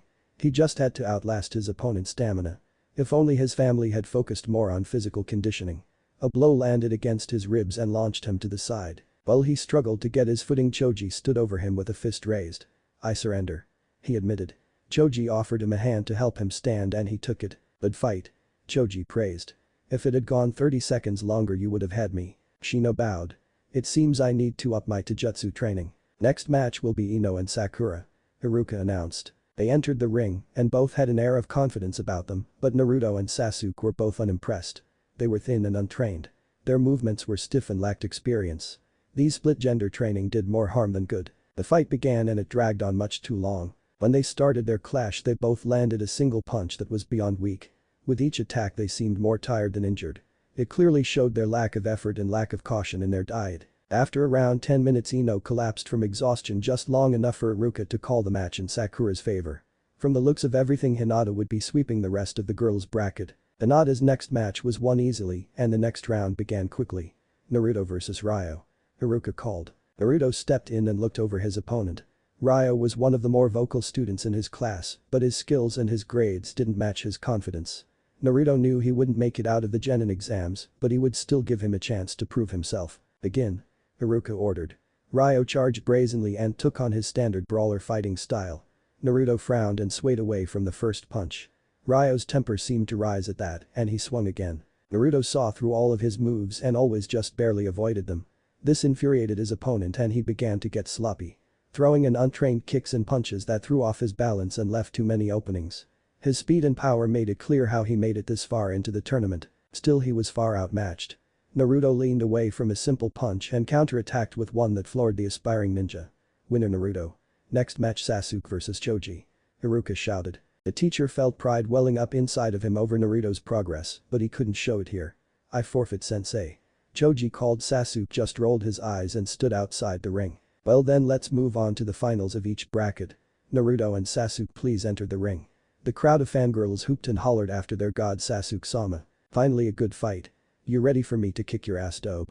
Sasuke taunted while he stretched for the fight of his life. Oh, you know a team, but you'll have to get that far first. Let's give the crowd a show. Haruka was growing a bit nervous at just the intent the two were giving off, but it didn't seem like enough to stop them. Begin.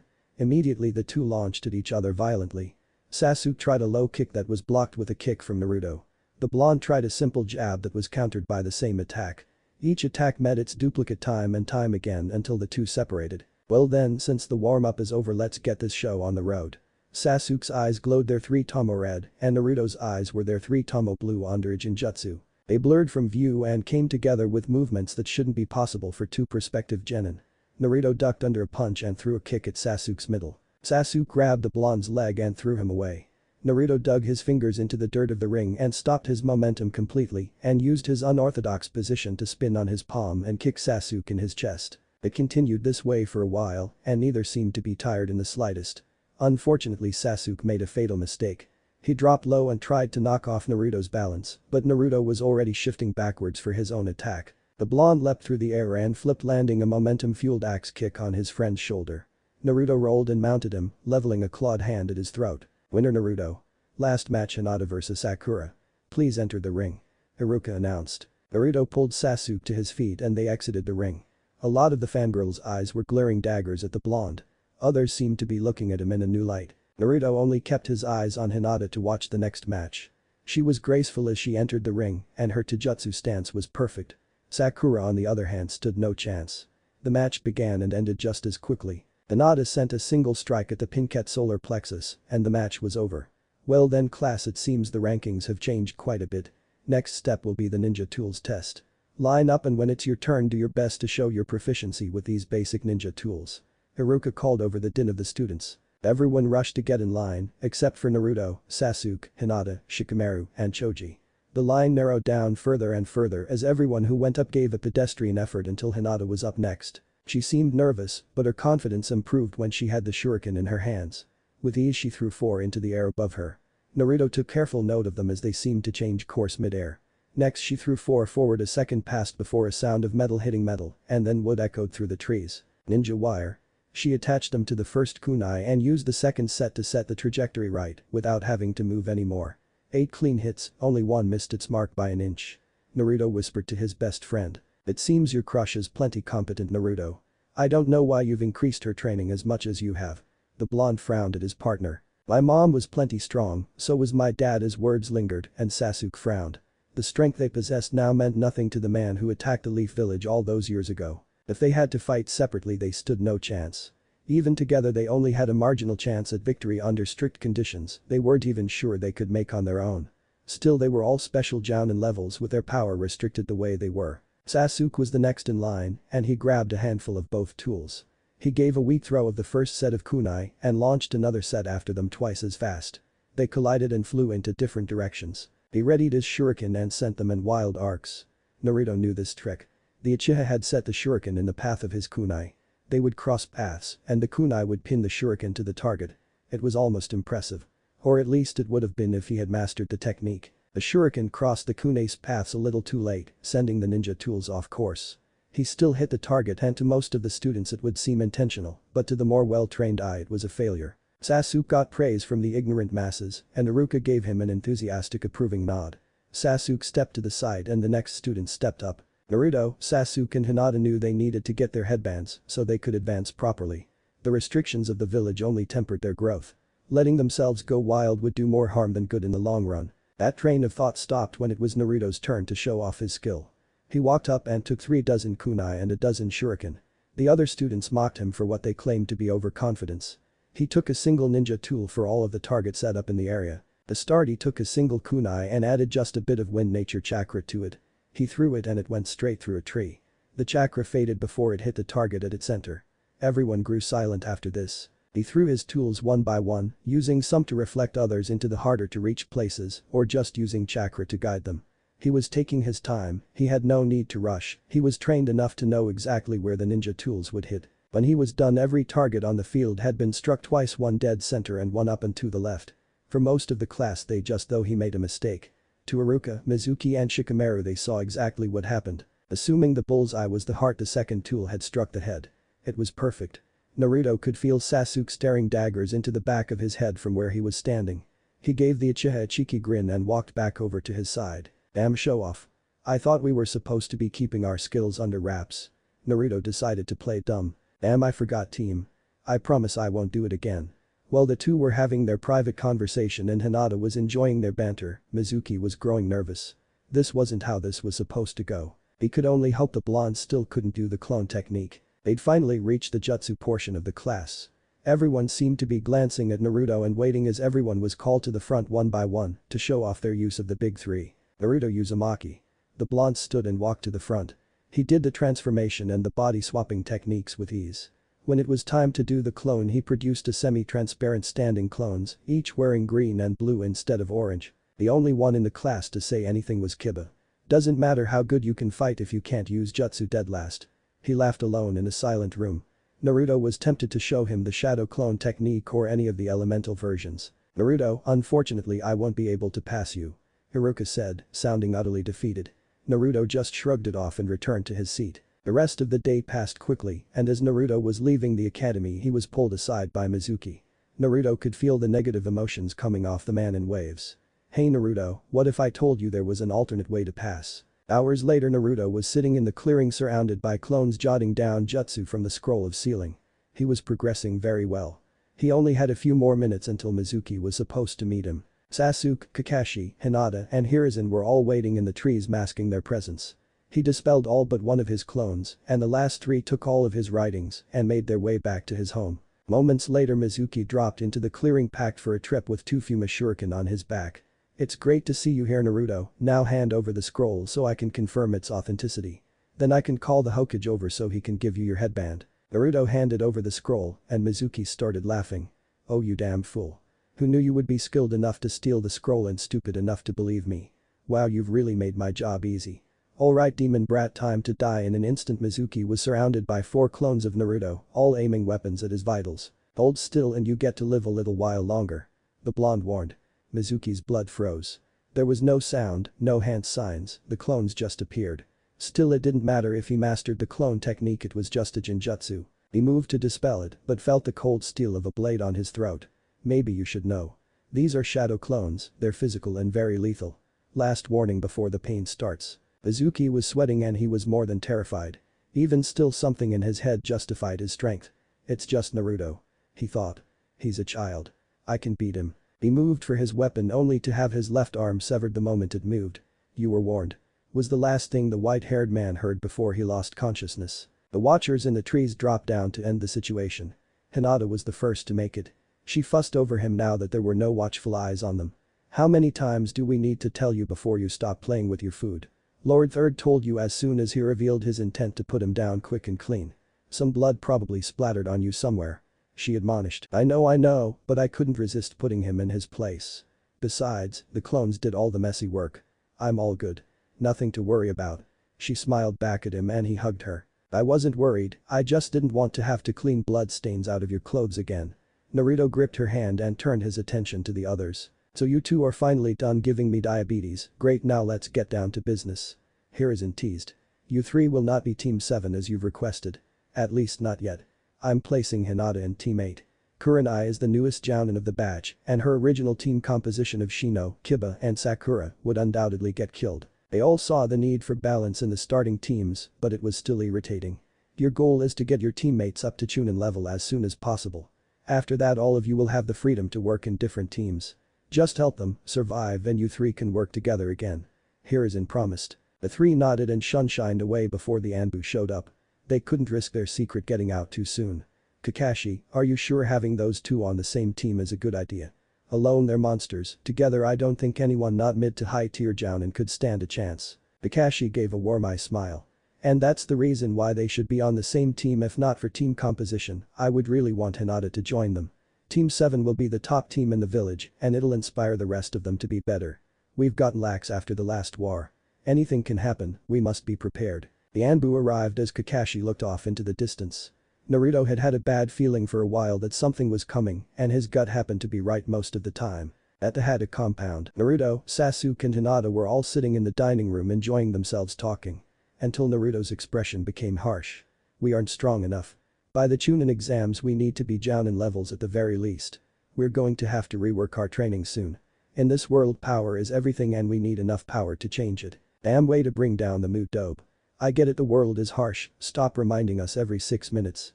Sasuke sassed. I agree, we get the stakes. We just have to overcome them, no big deal.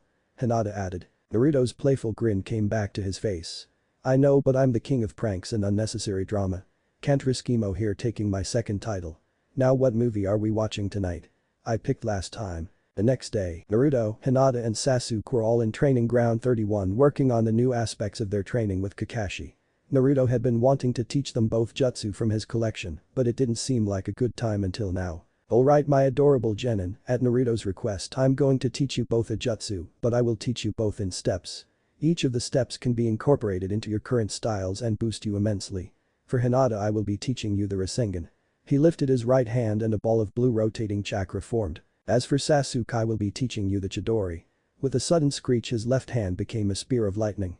When you each master the first step I want you to think over how you can add it to your current skill set before we move on to the next. The two nodded and Kakashi continued. Hinata, the first step is rotation. She gave him a wide-eyed look, then glanced at Naruto. She had a feeling she knew where this was going. You need to learn how to spin your chakra in different directions at once. There is a bag of water balloons next to the lake, use those to practice. Just flow chakra into them and try to burst it by moving the chakra violently. He explained. Hinata went over to try it right away with Naruto keeping a watchful eye on her. Now Sasuke, the Chidori requires lightning release chakra. We found out that was your primary chakra nature, but we haven't had time to help you master it. So the first step is learning how to harness your chakra nature. Come with me, this is going to sting a bit. Naruto winced as he saw Kakashi and Sasuke walk away. He knew what was about to happen, it was something he had actually thought up. The hardest part of nature release was getting a feeling for your different natures. So if someone forced some elemental chakra into your system it would speed up the process. Though it hurt like hell and the one learning wouldn't be able to mold chakra until they got it down. It did in hours what normally took days or weeks. That didn't mean it was anything close to fun. Though Naruto still took satisfaction in his best friend suffering. They had a bit of a sadistic streak between them from their vicious training and pranks. Sasuke's screams echoed through the forest and Naruto just smiled and continued his training. After a short while Hinata came over for advice with the training. Naruto-kun, I'm not exactly sure how I'm supposed to make this work. Whenever I try to inject chakra into the balloon it bursts from the force in one direction. I can't seem to make it stay in the balloon. Naruto paused his training and grabbed a balloon. Well, you need to let the chakra leak out first. You're used to the Gentlefist technique, so you're using that as a baseline for releasing chakra from your palms.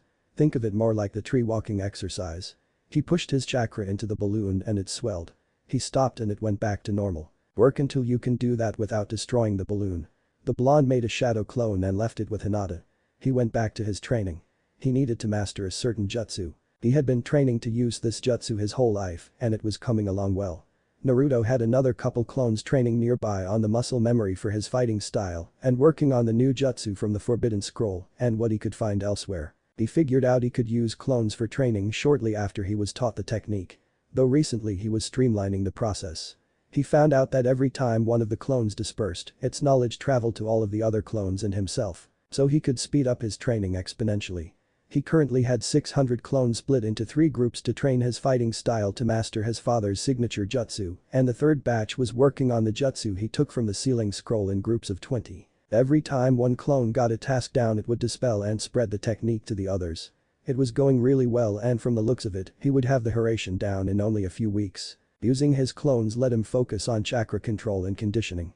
The clones could learn muscle memory and technique, but physical capabilities could only come from the original.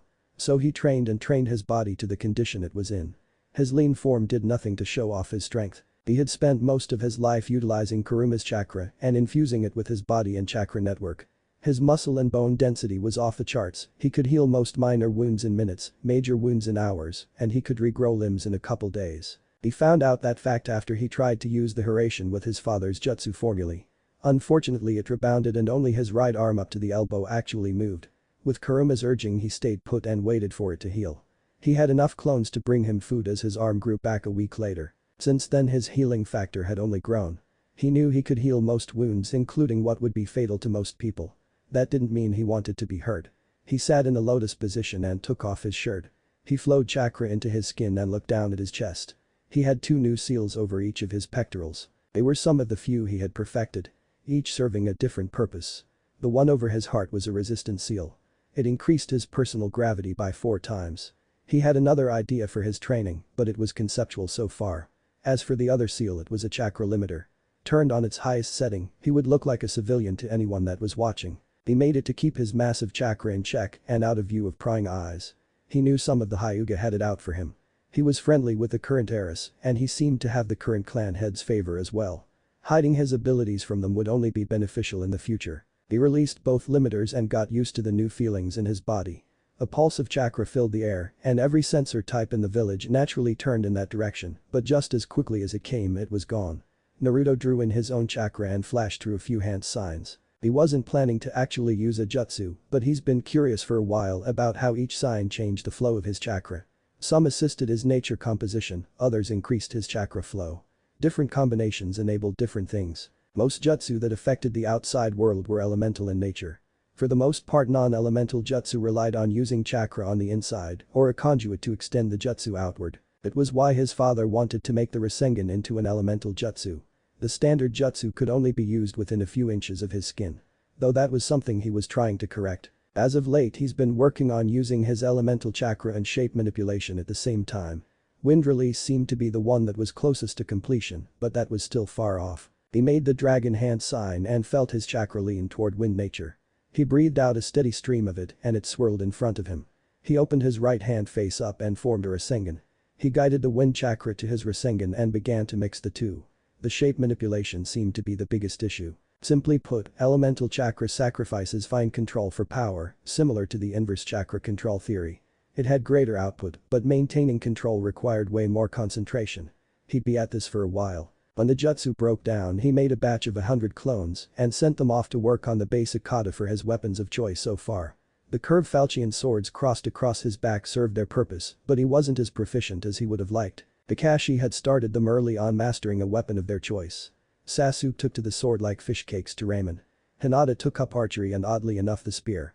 Naruto on the other hand couldn't really get the hang of any of them. All of the swords in the village were much too light to last with his fighting style, and commissioning a new one was out of his price range at the moment.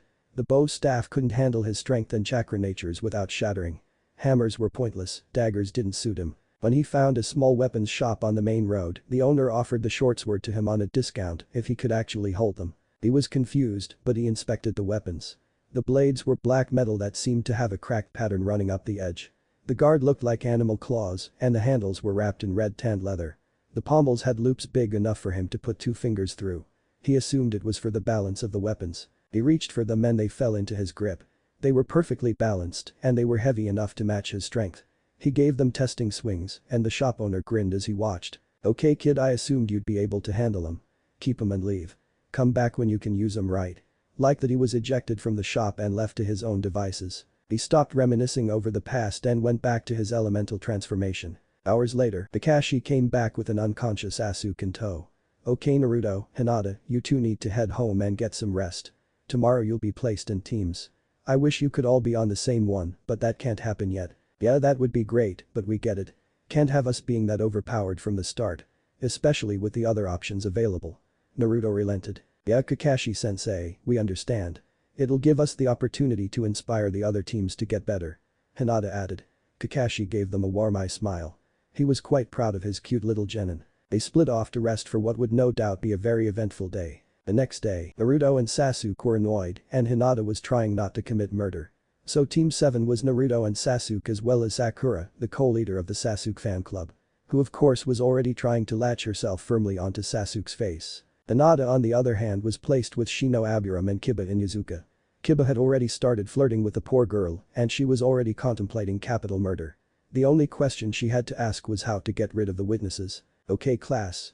Stay here until your Jounin sensei arrives. They should all be showing up shortly. Haruka called as he rushed out of the classroom.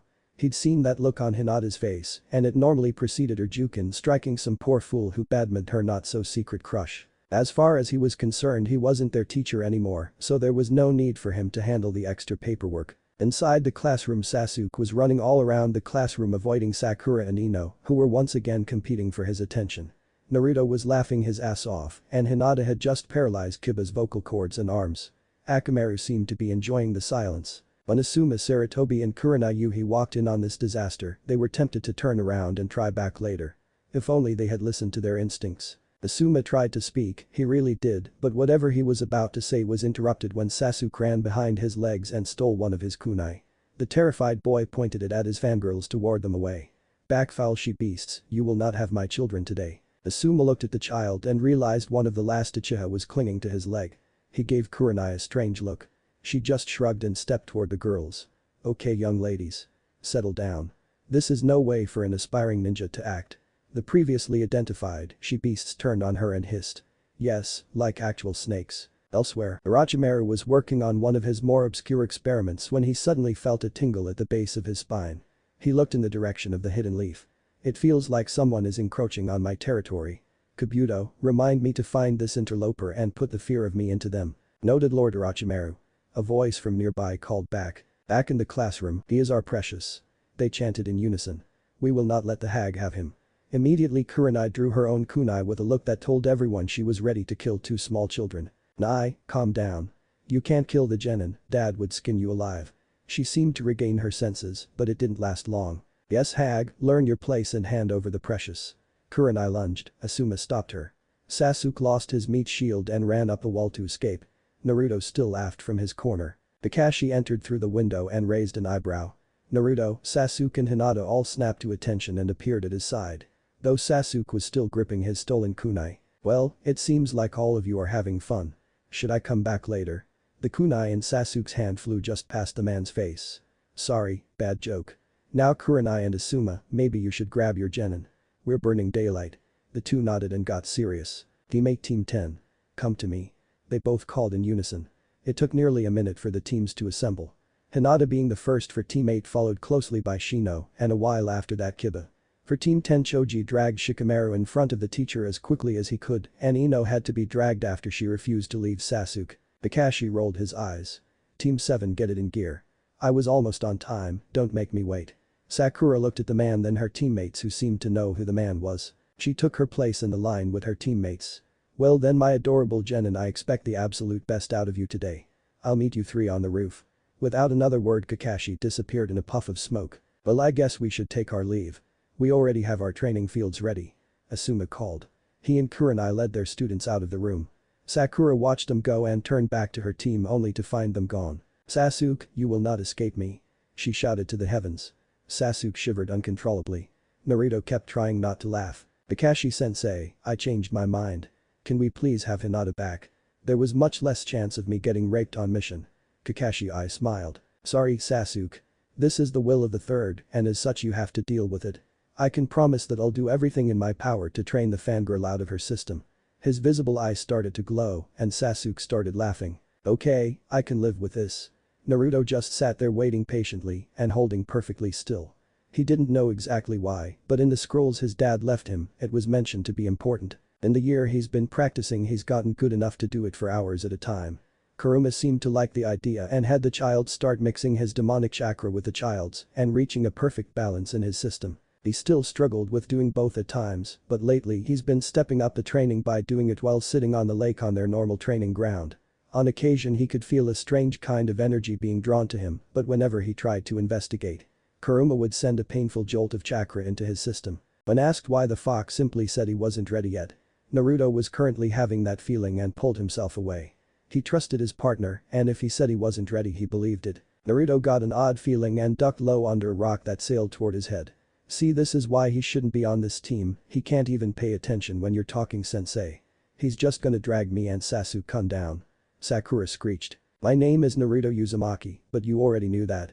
My likes are ramen, protecting my friends, training and pulling pranks. My dislikes are currently perverts, screeching banshees, morons who overestimate themselves and the ignorant masses. My life goal is to unite the elemental nations. Sakura started laughing. Your life goal is to get dicked down by someone who can't even tolerate your presence. You're so incredibly shallow that you somehow convinced yourself that said person likes thin girls, so you've been starving yourself for months. I doubt you could run a mile right now. Yeah, I heard every word of your introductions. I was just thinking about something else. Naruto rebuffed. Naruto, I believe that's enough. Kakashi started only for Sasuke to step in. No, she really needs to hear this. Sakura had the nerve to look betrayed. Kakashi-sensei, I propose a challenge. The Cyclops raised an eyebrow curiously. I perform the bell test against Sakura with a few changes. If she can get a single bell from me, I'll go to the Hokage myself and request a team change. If she fails, she has to work on a training schedule I make myself for a week. Kakashi was quite interested in where this was going. He simply nodded his affirmation. Well then, I guess we should get started then. Kakashi was going to pass the bunch anyway. Sakura didn't respect Naruto, and the bell test wouldn't change that. He hoped that this might. Training ground 7. Was all Kakashi said before he gripped Sakura's shoulder and shunshined away. Oh, you sure this is a good idea? This might actually make things worse. The blonde sighed. She needs to understand that everything is not how it seems. I had to be dead last to get on the same team as you. Hinata should have been on our team if she doesn't choose to shape up here, and now, I'm going to the Hokage to have him switch Hinata and Pinky. Naruto focused for a moment and grabbed Sasuke. In a flash of red the pair appeared in training ground 7. As soon as they appeared 20 clones of the blonde appeared and rushed in different directions with bells. Simple rules. Those clones are going to put the bells in the forest. You need to find one and retrieve it. Not all of them are real though, so watch out. Last thing you have until sundown. The Naruto she thought was the original poofed out of existence. All around her she heard his voice echo. You may begin now. She turned toward Kakashi and Sasuke and saw them both seeming stunned. What the hell is going on? She screeched. Naruto is really upset. He's holding back a lot still, but I don't like your chances. Sasuke admitted. He jumped away and landed in a tree to watch. Wow, he's taking you seriously. This is going to be an uphill battle for you. He matched his students' movements. She scoffed. He's the dead last. He doesn't stand a chance against me. I was the Kunoichi of the year. She jumped into the trees and ran in the direction the last clone she saw went. She traveled through the trees with her eyes peeled, looking for whatever simple traps Naruto could have set up. She saw one such trap on the tree in front of her and dodged to the left of it. Wow, Naruto baka, did you really think that would woo? She screamed as her ankle was caught in a snare trap. She was pulled from the tree and just when the rope was going to stop her momentum, a kunai flew through the air and cut it. She was thrown into the sky with a single clone watching from the tree she dodged. He was clearly trying not to laugh. He dispelled and the rest of the clones got the memory. The original sat under a tree in the clearing they started in. He lifted his hand and a silver bell attached to a kunai appeared in his palm. 1 down, 21 to go. He stabbed the kunai into the tree behind him. Back with Sakura. Sakura landed roughly in some bushes and climbed out with her skin tinted pink from bruises and rage. I'm gonna kill him. She hissed. She looked at her surroundings and found Naruto leaning against a tree with a bell attached to his hip. He looked asleep. The pincat grinned and moved toward him as quietly as she could. When she was within striking distance she jumped at the bell only to get kicked to the side roughly. Do you really think so low of me? He growled. He fell into his starting taijutsu stance. Oh, so the dope thinks he can fight. I was the best in our class at the academy's taijutsu style. The blonde rolled his eyes. Yeah, because the only ones who actually used the academy styles were the civilian students. Everyone else with a clan has their own style and only practiced the academy style for the grade. A tick mark showed on her temple and she charged. The muscles in Naruto's legs tensed for a moment until he blurred from her line of sight. She tried to track him with her eyes, but he was much too fast for her. The punch from her left floored her, and the following kick sent her into a tree. Wow, maybe if you actually ate food you might not be so sluggish. Sakura turned on the voice only to find the source gone. Show yourself, you damn coward. What are you afraid of, a weak little girl? She taunted. Naruto tapped her on her shoulder from behind. No, I'm not. Another punch landed and she passed out. The Naruto she was fighting tied his bell around an engraved kunai. He tossed it in the air and as soon as it disappeared he dispelled. But Naruto, 20 left. He called as the kunai fell into his grip. He stuck it into the tree just like the last. Kakashi and Sasuke were watching the goings-on via shadow clones. Every time Sakura failed, their clones would create a second one and make it dispel. He's doing well at holding back. Giving her 22 chances may have been a bit too much for her. Sasuke whispered. Kakashi nodded as the next batch of memories came in. Yeah, I doubt she'll last another 2 or 3 of those. The two waited patiently for what would come next. But Sakura woke up with a mild headache and flashes of memories of what just happened. What seemed like the same Naruto that she just fought was waiting for her, except he didn't have a bell. Now that you're finally with the land of the living, get up and head in that direction. He threw kunai to her right. When you break the tree line you'll find another clone. If you catch him you get his bell. If not, well, trust me when I say there is a steep difficulty hike from there. The clone dispelled, leaving Sakura in the clearing alone. She got up and dusted herself off. She was getting more irritated by the second. Fine dope, I'll play your bullshit game, but as soon as I win you're off my team. She walked over to the kunai and picked it up. She stowed it with her own just in case. When she broke the tree line she saw another blonde standing there waiting with a grin on his face. He stuck out his tongue and jumped into the tree. Catch me if you can. The pincat threw a kunai after him, but he was already running off. She gave chase from the ground while he kept just far enough that her thrown weapons wouldn't do much. Hey, watch for that trap. He called out. Do you really think I'm dumb enough to fall for a tree branch? Swung and smacked her in the face. Naruto nearly fell out of the tree laughing. Maybe you should have been. She got up and threw a sizable number of shuriken at the blonde. Unfortunately for her and her ego, he wasn't there anymore. The voice sounded from a few yards to her right. Wow, your aim is worse than Kiba's. No wonder they separated the males from the females. Sakura lunged at him and seemed to catch him. She was just about to celebrate when she felt splinters digging into her arms. The blonde was sitting in the tree above her with his hands pressed together. When the banshee is within arm's reach, may your prayer reach the log and grant you protection and strength. Praise the log, amen. He prayed. Sakura looked at him like he'd lost his mind. It got worse when Kakashi and Sasuke's voices echoed the sentiment. Praise the log, amen. Enough of this. Naruto, get down here and give me that damn bell. I deserve to be on this team and you don't. I'm better than you at everything and that's not going to change anytime soon. So listen to your superior and hand it over. The forest was deathly silent and a pulse of killing intent spread in the air slowly. It was clearly originating from the center of the training ground and moving like a wave from the trees. Immediately Sasuke and Kakashi appeared around her. Too late. The original is pretty pissed. A red bolt of lightning struck where the clone was and left a very angry Naruto in his place. Naruto snapped his fingers and 20 clones appeared, each holding a kunai with a bell attached. They all threw them into the ground in a circle around their original and dispelled. Take one. Was Naruto's simple reply to her tirade. She rolled her eyes and approached. When she reached down for one of the kunai she was kicked to the side. I thought you wanted to win, I told you to take one, didn't I? She stood up and ran toward the closest one, this time keeping an eye on Naruto as well. This time when she got close, an uppercut from nowhere lifted her off the ground and a kick launched her back toward Sasuke and Kakashi. Well then, it seems you aren't better than me after all, huh? Or at least if you are, you haven't shown me yet. She charged again and got much the same. This kept up over and over until she was exhausted and on the verge of tears. She turned to Kakashi and Sasuke. Why are you just sitting there watching? You should both be on my side. She cried. You chose this. Was Sasuke's only reply. Kakashi didn't even give her that much. She turned back toward Naruto and saw him still in the same place. She stood to her feet and drew a kunai from her pouch, though the grip felt different from her standard ones, she was too upset to notice the detail. I refuse to lose to demon trash like you.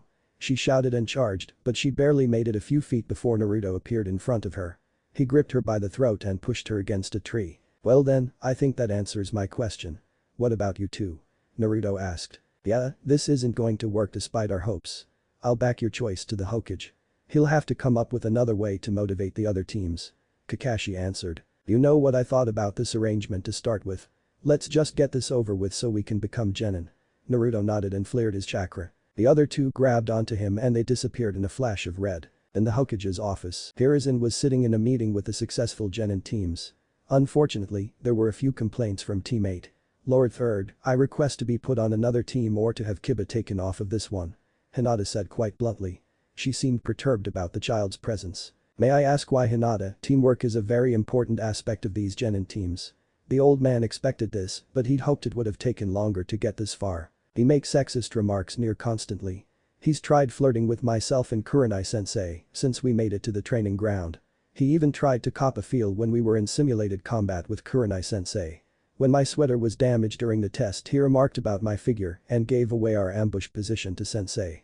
I refused to work with him in any capacity as it stands. Hiruzen glared at the young man as he seemed to try to shrink away. Well, unfortunately I don't have any teams that currently need a member. He was cut off when a flash of red grabbed everyone's attention and Team 7 appeared. Naruto, who was holding up Sakura, tossed her to the side.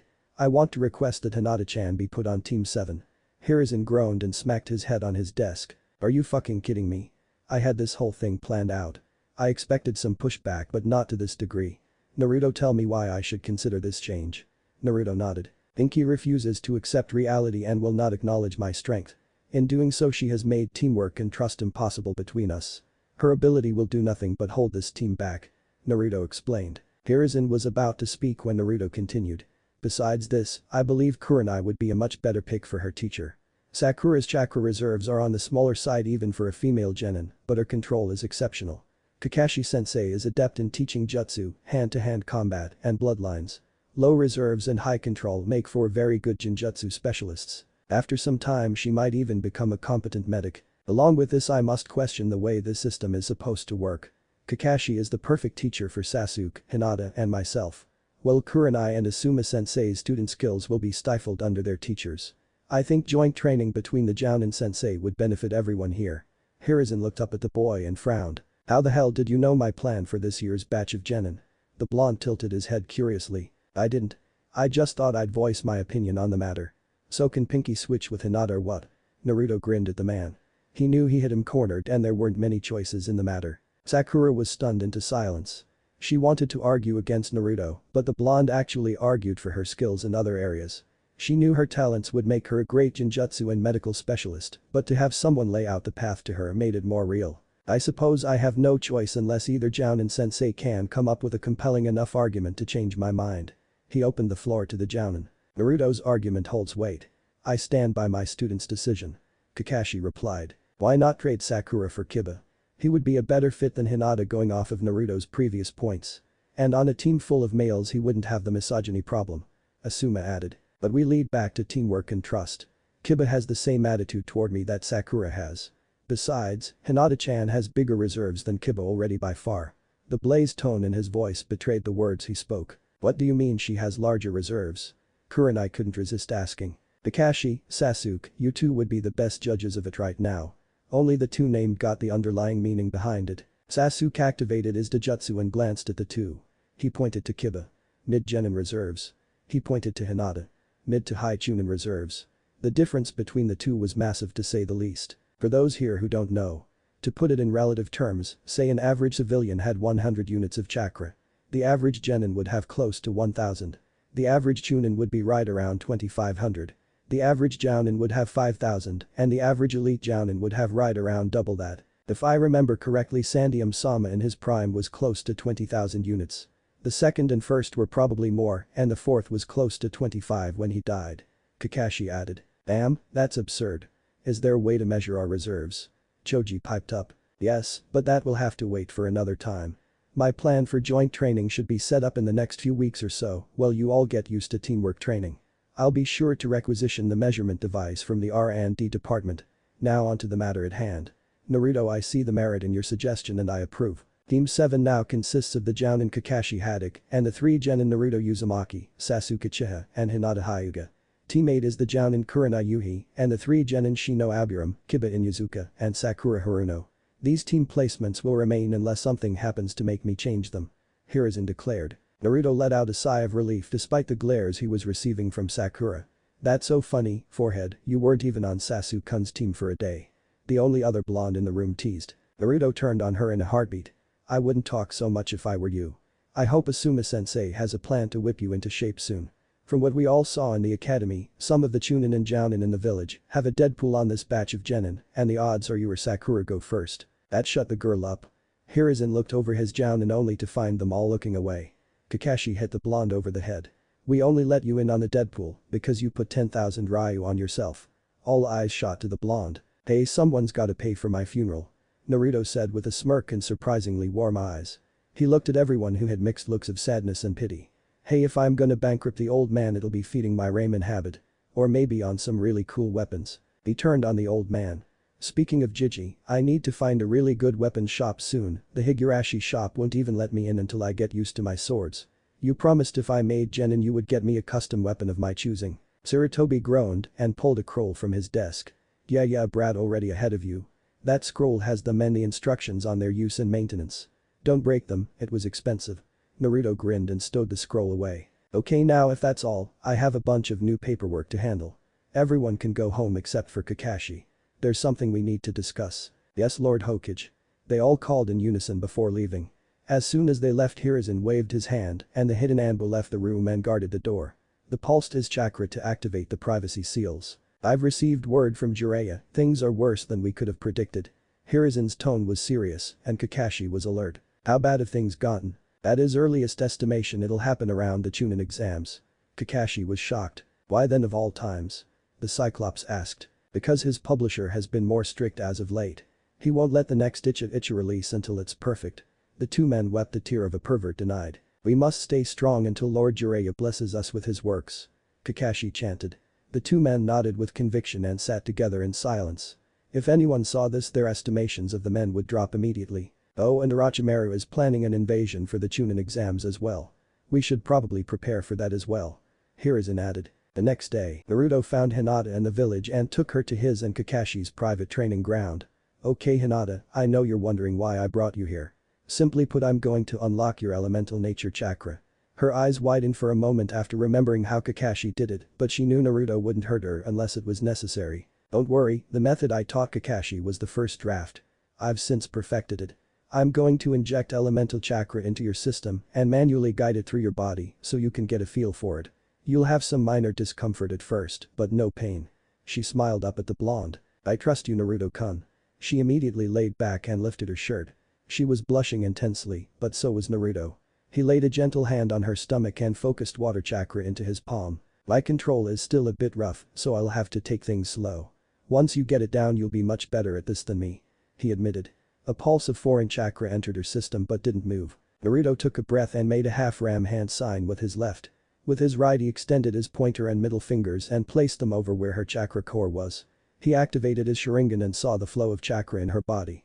He moved his fingers and his chakra followed. Naruto heard Hinata start grunting and panting and thought maybe he was being too rough, but when he looked at her face she seemed content and embarrassed. Blood immediately rushed to his head and his skin became bright red. Laughter filled his head. Wow Brad, you managed to get her hot and bothered. You're going to die when Hiashi finds out. Kurama taunted from the safety of the child's mind. No one must know for the sake of my life and to prevent castration. The boy whimpered. He continued the procedure for a while longer until he could see Hinata's elemental chakra flowing freely along the same path as his did. He pulled his chakra out of her body carefully and she sat up. And Naruto-kun, that felt so good. You're going to have to do that more often. He smiled warmly. Whatever you say, Hinata-chan. Now we need to get going, we have our first D-rank mission today. He stood and offered her his hand. She took it and he helped her to her feet. With a pulse of chakra they became a flash of red. 3 weeks later, Team 7 had just finished their 32nd consecutive D-rank mission. Kakashi was surprised not to have any complaints about it yet. He was more than happy about how quickly his team was advancing. He trained them all before they had become ninja and knew what they were capable of. Still, to see how far they've come in areas he didn't help with. It was why he approved them for their first C-rank mission. Though he did get a bit of pushback. Yesterday, Iruka, Kakashi, Asuma and Kurenai were standing in Hiruzen's office for their weekly report. It was Kakashi's turn, but he was standing in the corner reading a perverted orange book much to Kurenai's ire. The kunai sailed across the room that he caught with ease. He shut his book with one hand and took the center of the room. I suppose it's my turn. My team has excelled in every task and training I have subjected them to. They hold the current record for catching Tor the cat. Everyone shivered. That damn cat was a menace. Some say he's the descendant of the Two Tails, but no one can find any concrete proof. They tracked down and captured it in just 7 minutes. Their teamwork is so exceptional they can formulate and execute strategies with only hand signals. I would like to nominate them for a C-ranked mission. Immediately the Chunin and the other Jounin in the room shouted. There is no way they've gotten that far this quickly. You must be exaggerating things. Asuma called. It's much too early to trust them outside of the village. Are you truly prepared for the consequences of their failure? Kurenai argued. Well, I understand your faith in them. I have taught them all for years. I believe you are rushing things. They all got along in the academy, but for their teamwork to be that exceptional is simply impossible. Lord Third, I hope you can see our points in this. Haruka explained. The Hokage expected this and pulled out a stack of files. He handed one to each of the dissenters. Read and then see if your arguments are still valid. The looks of shock on their faces as they read further down really warmed the old man's heart. I see there are no further arguments. I approve of your request, Kakashi. Bring your team tomorrow for briefing. Kakashi nodded and moments later they were dismissed. Back to the present, Kakashi waited at Training Ground 7 for his team to arrive so he could take them to the Hokage. This was going to be great. Chapter 5 of Team 7. Team 7 met with Kakashi after preparing for their first C-rank mission. They were heading to the Hokage Tower to meet their client now.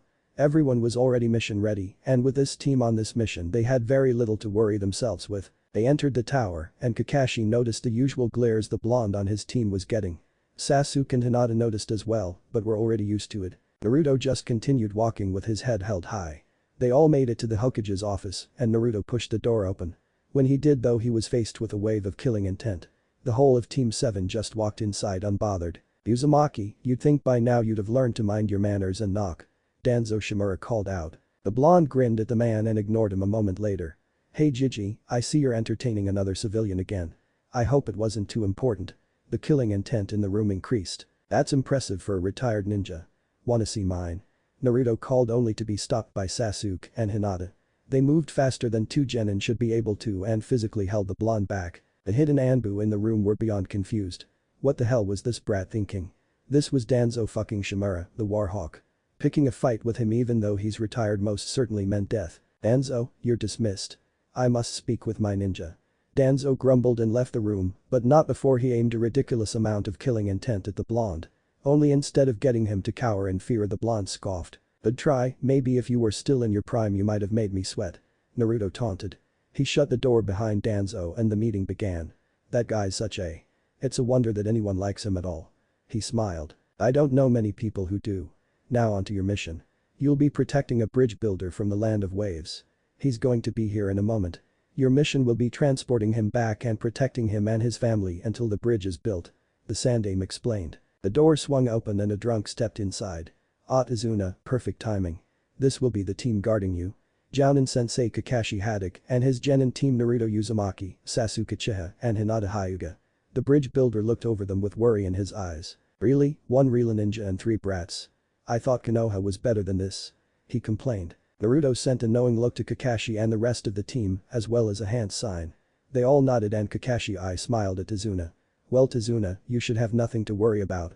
My team is one of the best genin squads in Konoha. The drunk rolled his eyes. Whatever, as long as I have the copy ninja with me I should be fine. Let's just get this over with. He huffed. The bridge builder walked out of the room and Team 7 followed. Though they lagged behind just out of earshot. What do you think, Naruto? The blonde glanced at the bridge builder's back. He undersold the mission. He was genuinely worried about having a squad of genin as his personal guard. He thinks the level of danger would require more. Though we should be enough to handle most threats. Now this was what Kakashi was truly impressed by. Naruto's tactical and analytical mind was at least on par with anyone from the Naruto clan. When his training first started he took a note from Asuma's book and taught the boy shogi. After the first month he never lost a game. He really was looking forward to getting his student and Asuma's into a game. Then I suppose we should continue the mission as is. Just do stay vigilant. We'll go with maneuver F once we get clear of the village. Naruto, Sasuke and Hinata nodded and they caught up with their client and the rest of their team. It was a peaceful walk to the gate, or at least as peaceful as it could get, with the blonde getting angry looks the whole time. Maybe it's something I'm wearing. Naruto mused. Damn kid, how the hell did you piss off all of these people? Are you sleeping with all of their daughters? Naruto chuckled at that, but stayed silent for a moment until he caught a kunai aimed at the back of his leg. Maybe if you told me your secret I might tell you mine. Naruto said with a grin never leaving his face. Tazuna shivered and tried to keep his stride.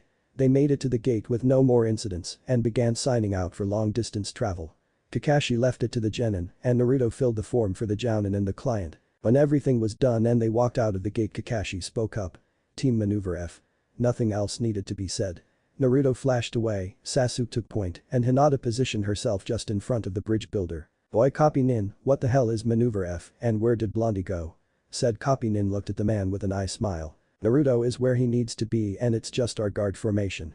What the builder couldn't see was every Dojutsu in the area was active and scanning the area. Nearly 5 hours into the journey just after noon, Sasuke made a subtle hand sign and everyone was alert and aware of a puddle on the road in front of them. Hinata, I don't suppose you brought an umbrella, I hear the land of waves is known for random storms. Sasuke questioned. Of course I did Sasuke. I packed 2 just in case. Okay then, if it does start raining I'll share with the bridge builder and you'll take point. Hinata nodded.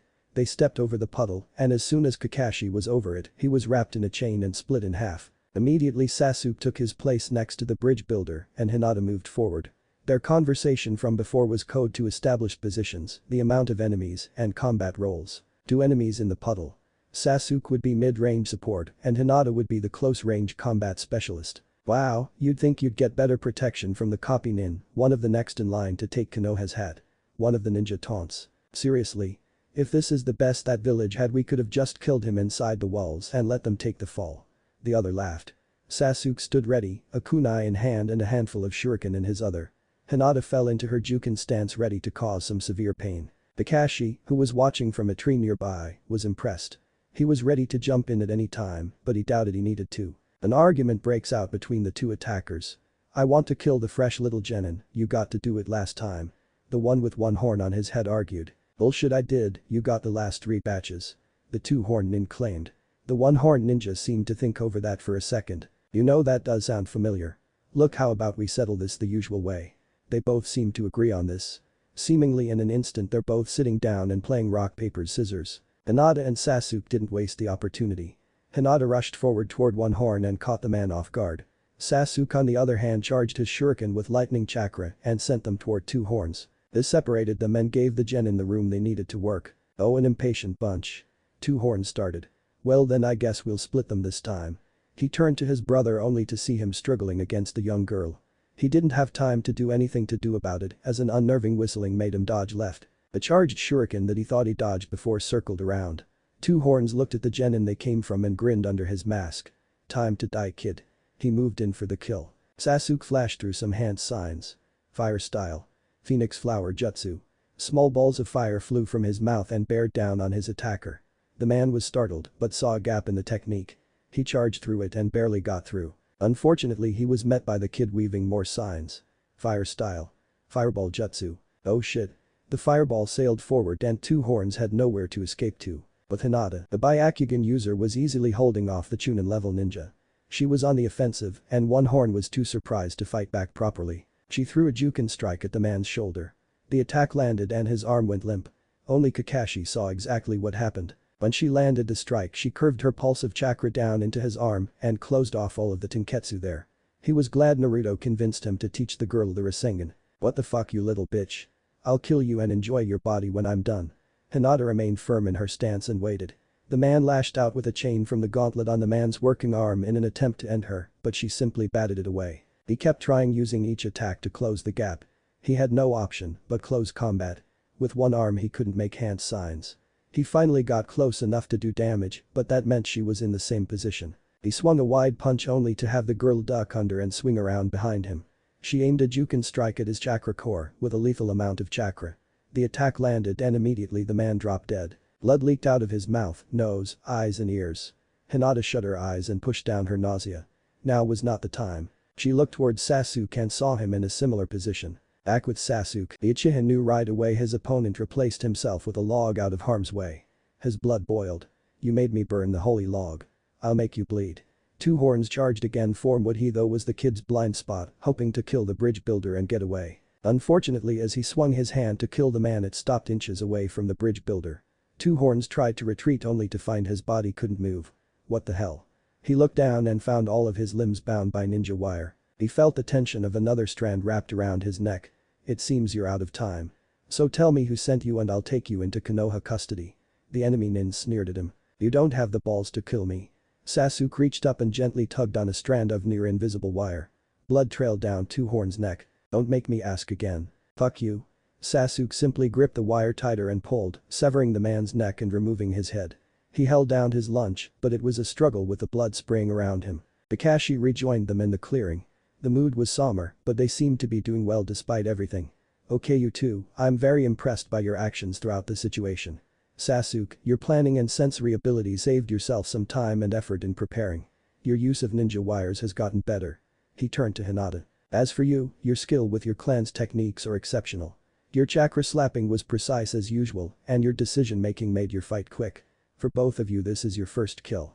You live the life of a ninja, so don't beat yourself up over it." The two looked up at their teacher. "Yes, sensei." They called in unison. It took them a few minutes to get everything ready to leave. Sasuke piped up just before they left the clearing. "Shouldn't we prepare their bodies for transport? They might have bounties." He turned around only to find the bodies missing. "You don't need to worry about that.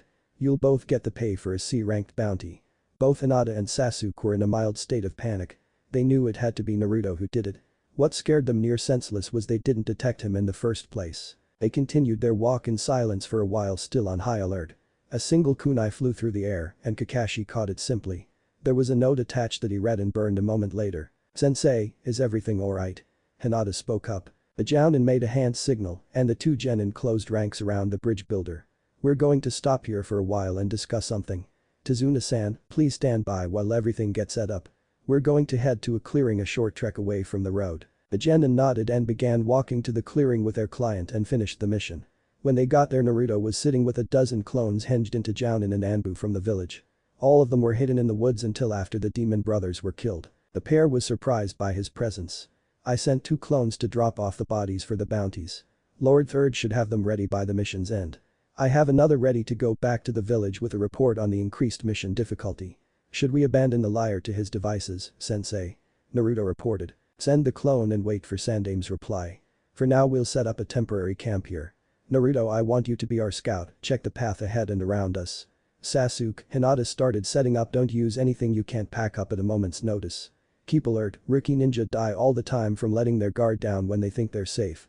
Kakashi ordered. Naruto made 4 more clones and sent them off, while his messenger clone used Hiraishin to get into the village. He would have an answer in no more than 10 minutes, but it would be a great training exercise for the others to set up and tear down camp in a hurry. He sat with the Tazuna and the man was terrified. Naruto began leaking a decent amount of killing intent to keep any predators and bandits away from the camp. Within a few minutes camp was made and the other 2 genin joined Naruto at the center. "Naruto-kun, when combat started weren't you supposed to join as support? It's how we've always dealt with Maneuver F." The blonde nodded and looked away from them both. "I was only going to interfere if either of you couldn't handle the fight. You both had to get your first kill in a somewhat controlled environment. This was the best chance. We don't know the situation going forward yet, but I'm guessing if this acid lied about the mission to start with, it's not going to be fun." Naruto glared at the drunk who was on the verge of pissing himself. He got a bunch of memories and shook his head. The clones all looked toward the bridge builder simultaneously and one broke off to speak with Kakashi. "Kakashi-sensei, Sandame is leaving the decision of the mission up to you, but he is approving the mission rank being raised to A at the bridge builder expense. If the mission continues, he'll also have to pay all of the penalties that come with lying on a mission request. How should we proceed?" The blonde's tone was cold and neutral. "We'll continue if the bridge builder accepts the new terms. If not, we can accept a B-rank mission to return him to the Hidden Leaf or leave him here." Naruto nodded and jumped into the tree line to leave the Jounin to speak with the client. "Azuna, we need to discuss the parameters of the mission," Kakashi said on approach. Hours later, Team 7 and Tazuna the bridge builder were moving closer to the land of waves. Tazuna had accepted all of the penalties and the raise in mission rank. Though since then he'd been silent. Naruto was out of sight again as they traveled carefully. Everyone was on high alert and no one was talking. As they got closer to the water crossing, the mist in the area got a lot thicker. Kakashi was more than a little on edge about it but kept his focus. The 2 visible genin began loading the boat with supplies when something cutting through the air caught Kakashi's ears. "Everyone get down," the Jounin shouted. He ducked clear as a massive cleaver-shaped sword cut through where his head was a moment ago. "Secure the bridge builder," he ordered. A chuckle echoed through the now thinner mist and all eyes turned to the tree the sword was stuck in. Standing on the blade was a ninja and bingo books across the elemental nations. "Zabuza Mamachi, I wasn't expecting to see you here." "Kakashi Haddock, it's good to see you again. How's that scar I gave you?" Kakashi I smiled in reply. Just about as good as the one I gave you. So what are the odds of us going our separate ways without one of us dying? The other masked nin just shrugged. That depends, how likely are you to hand over your client without a fight? He offered. Well, it seems we're at an impasse. Maybe we can. Kakashi was interrupted by a certain blonde landing in between the masked nin. I want that sword. He stated bluntly. Everyone's sweat dropped immediately. What was that, kid? Zabuza asked. Naruto looked at him with serious eyes. I want the sword, what do I have to do to get that sword? Kakashi had seen this before and began stepping away from the blonde quickly. He thought he was going to have to fight Zabuza, but it seemed like that plan was deteriorating much too quickly. The Jounin shunshined over to the genin and bridge builder. We need to get across the water now. It's gonna be pretty bad if things go any further while we're here. There was a spike in killing intent from two separate sources. Go now. He ordered. With Naruto a few moments earlier, if you want my sword, kid, you have to kill me for it or win it in a fair duel. Kubikirabacho is mine and I'm not gonna give it up lightly. The blonde shrugged and fell into a fighting stance. Might as well get this started then. Official duel or a fight to the death? The genin asked. Zabuza laughed. You've got spunk, kid. Tell you what, if you can make me unable to continue, surrender or die, the sword is yours. With it he charged. He swung his weapon expecting to end the fight quickly. The attack seemed perfect until the blade shifted suddenly and careened off to the side. I thought you were a master swordsman or something. That was a whiff if I've ever seen one. Naruto taunted. Zabuza charged again, swinging his blade in time with the blonde's movements. Naruto was truly having trouble keeping up with the ninja despite himself. Each attack cut into him in one way or another. He had light cuts all over himself before he could make distance. Oh, where's that confidence you had before, kid?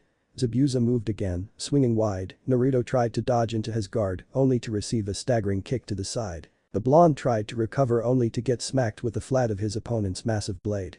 Luckily he had enough time to cushion the blow with his foot, using the blade as a springboard to make distance. Good work, kid. I might not kill you after I beat you down. The missing nin flashed through hand signs that Naruto recognized.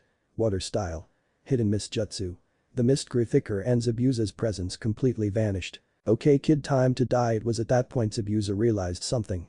The blonde vanished as well. For those who don't know, the hidden mist jutsu acted twofold. It concealed the presence of the user with chakra-infused mist, but it also acted as its own sensory organ.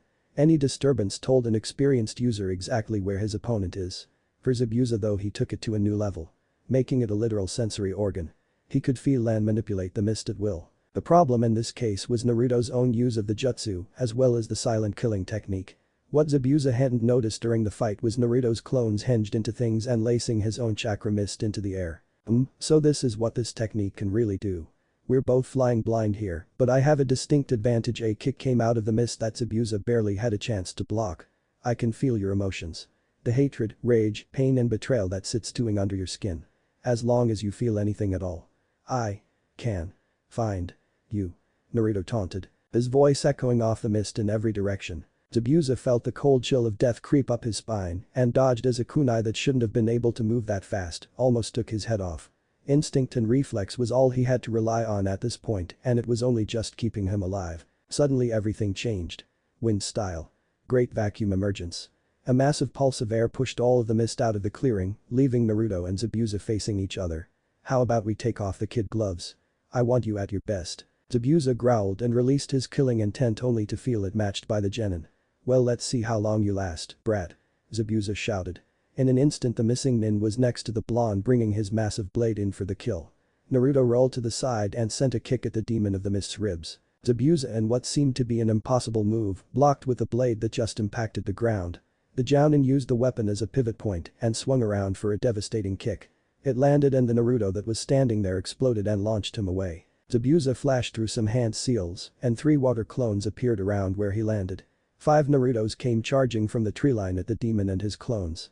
6 kunai came ripping through the air behind Zabuza at the same time. Zabuza and his clones all made hand seals and 4 walls of water defended him on all sides. When the kunai were stopped, the swordsman charged toward the water faster than what Naruto could intercept. He was wrong. The blonde burst from the ground in his path and landed a massive uppercut on the nin. Zabuza got his bearings quickly and slid under spinning kick aimed to take his head off. Naruto got in close only to find Kubikirabacho in the path of his attack. With a water clone approaching from behind, Naruto seemed to be in trouble. That was until a howl of pain ripped from Zabuza's throat as a kunai stuck into his foot. How the hell? Naruto grinned. You have a massive hole in your sword, what did you expect? The Jounin sweat dropped. How had no one used that move before? Zabuza's rage finally hit him full force and it snapped something inside of him.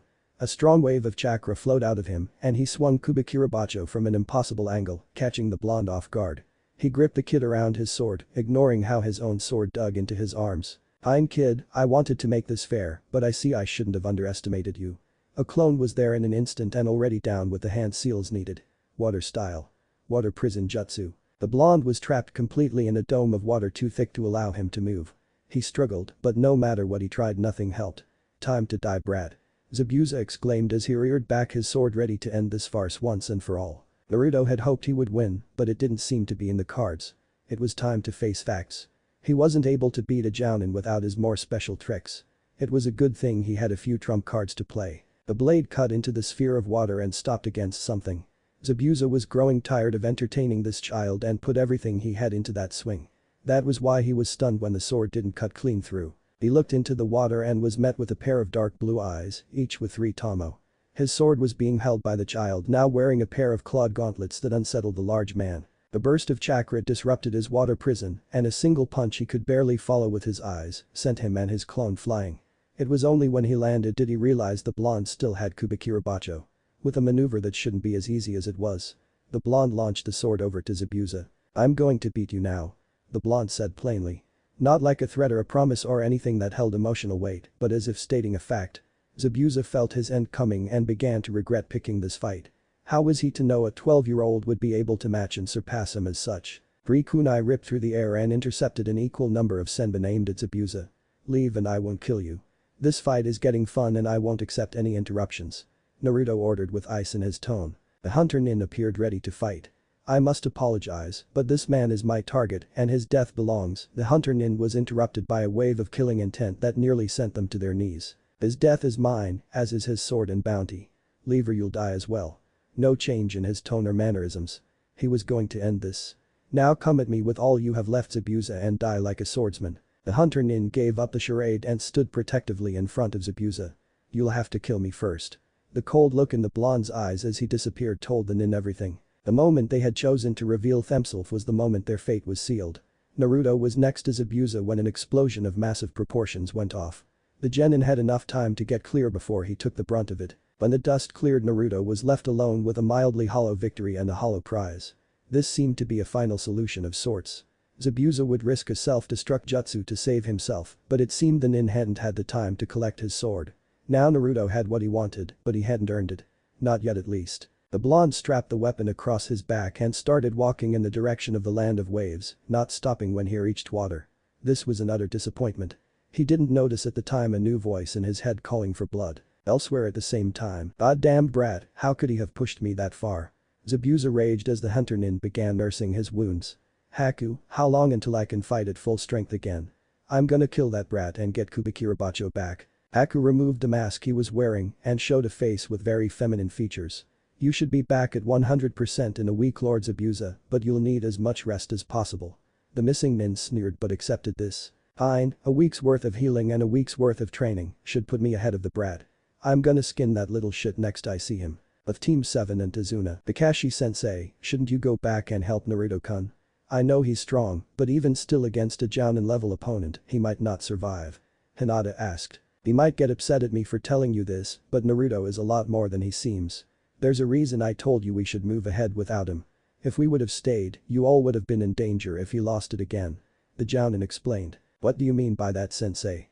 Sasuke asked. To put it simply, Naruto is someone who chases his goals relentlessly.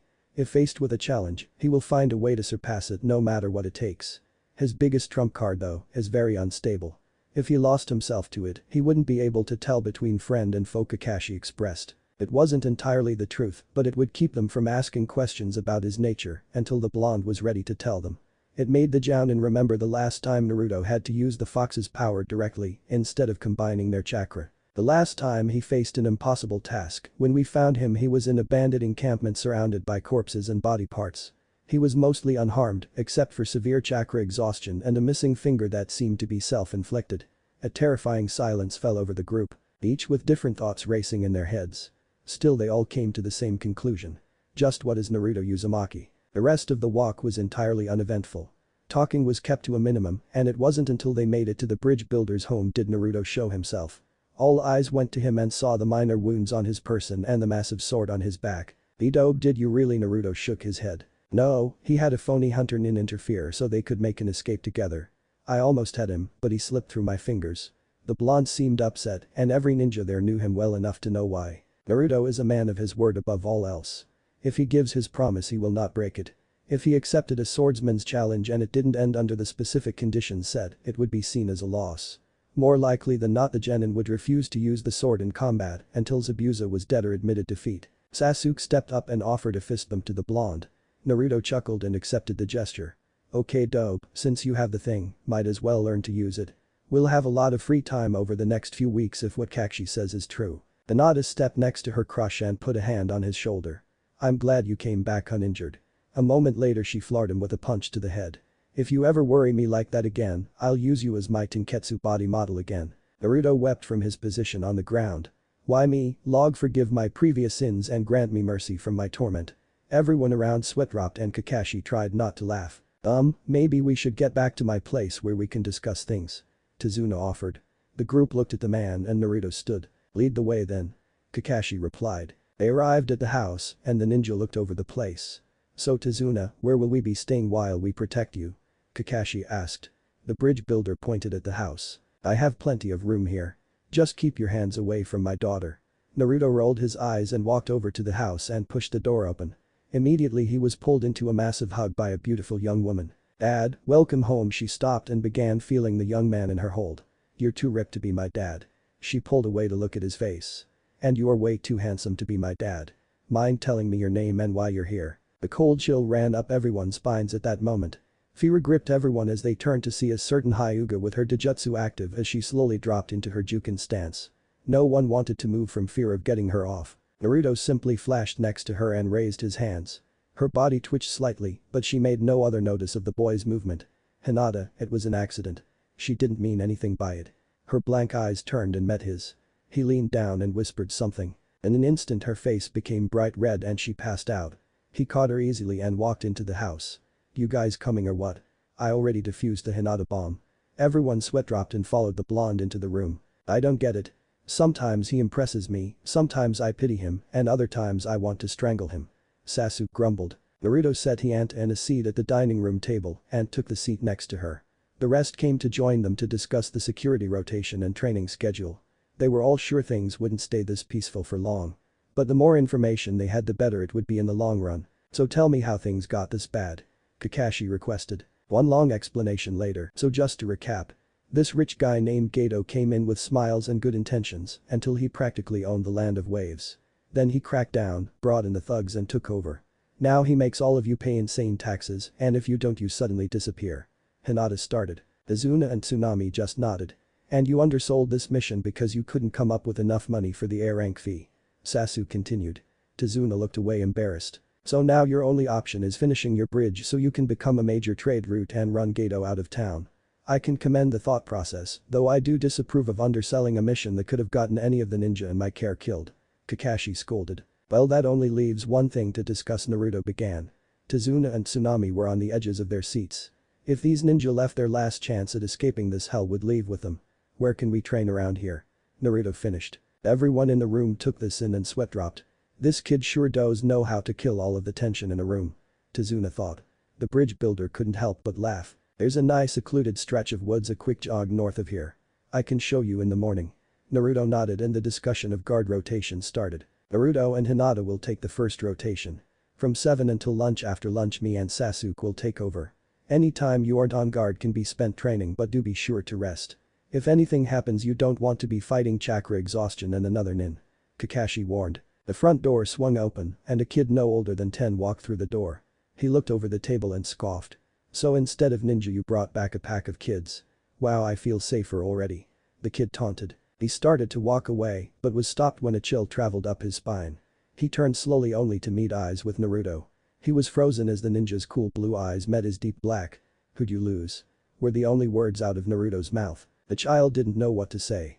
The tears came but no words came with them. He wanted to run but his legs wouldn't carry him away. He was planted firmly on the ground. I can't tell you how to mourn or how to feel because I'll never know what you feel. Not completely anyway. Just don't drown in those feelings, kid.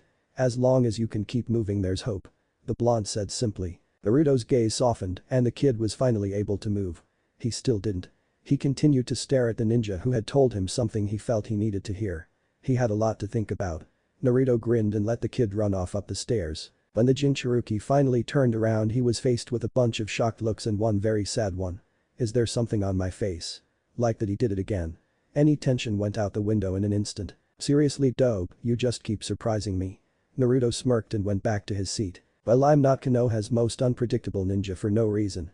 This pulled a laugh and set the mood for the rest of the night. Well, at least until everyone went to sleep. A few hours later, Naruto and Kakashi woke the other nin and brought them outside.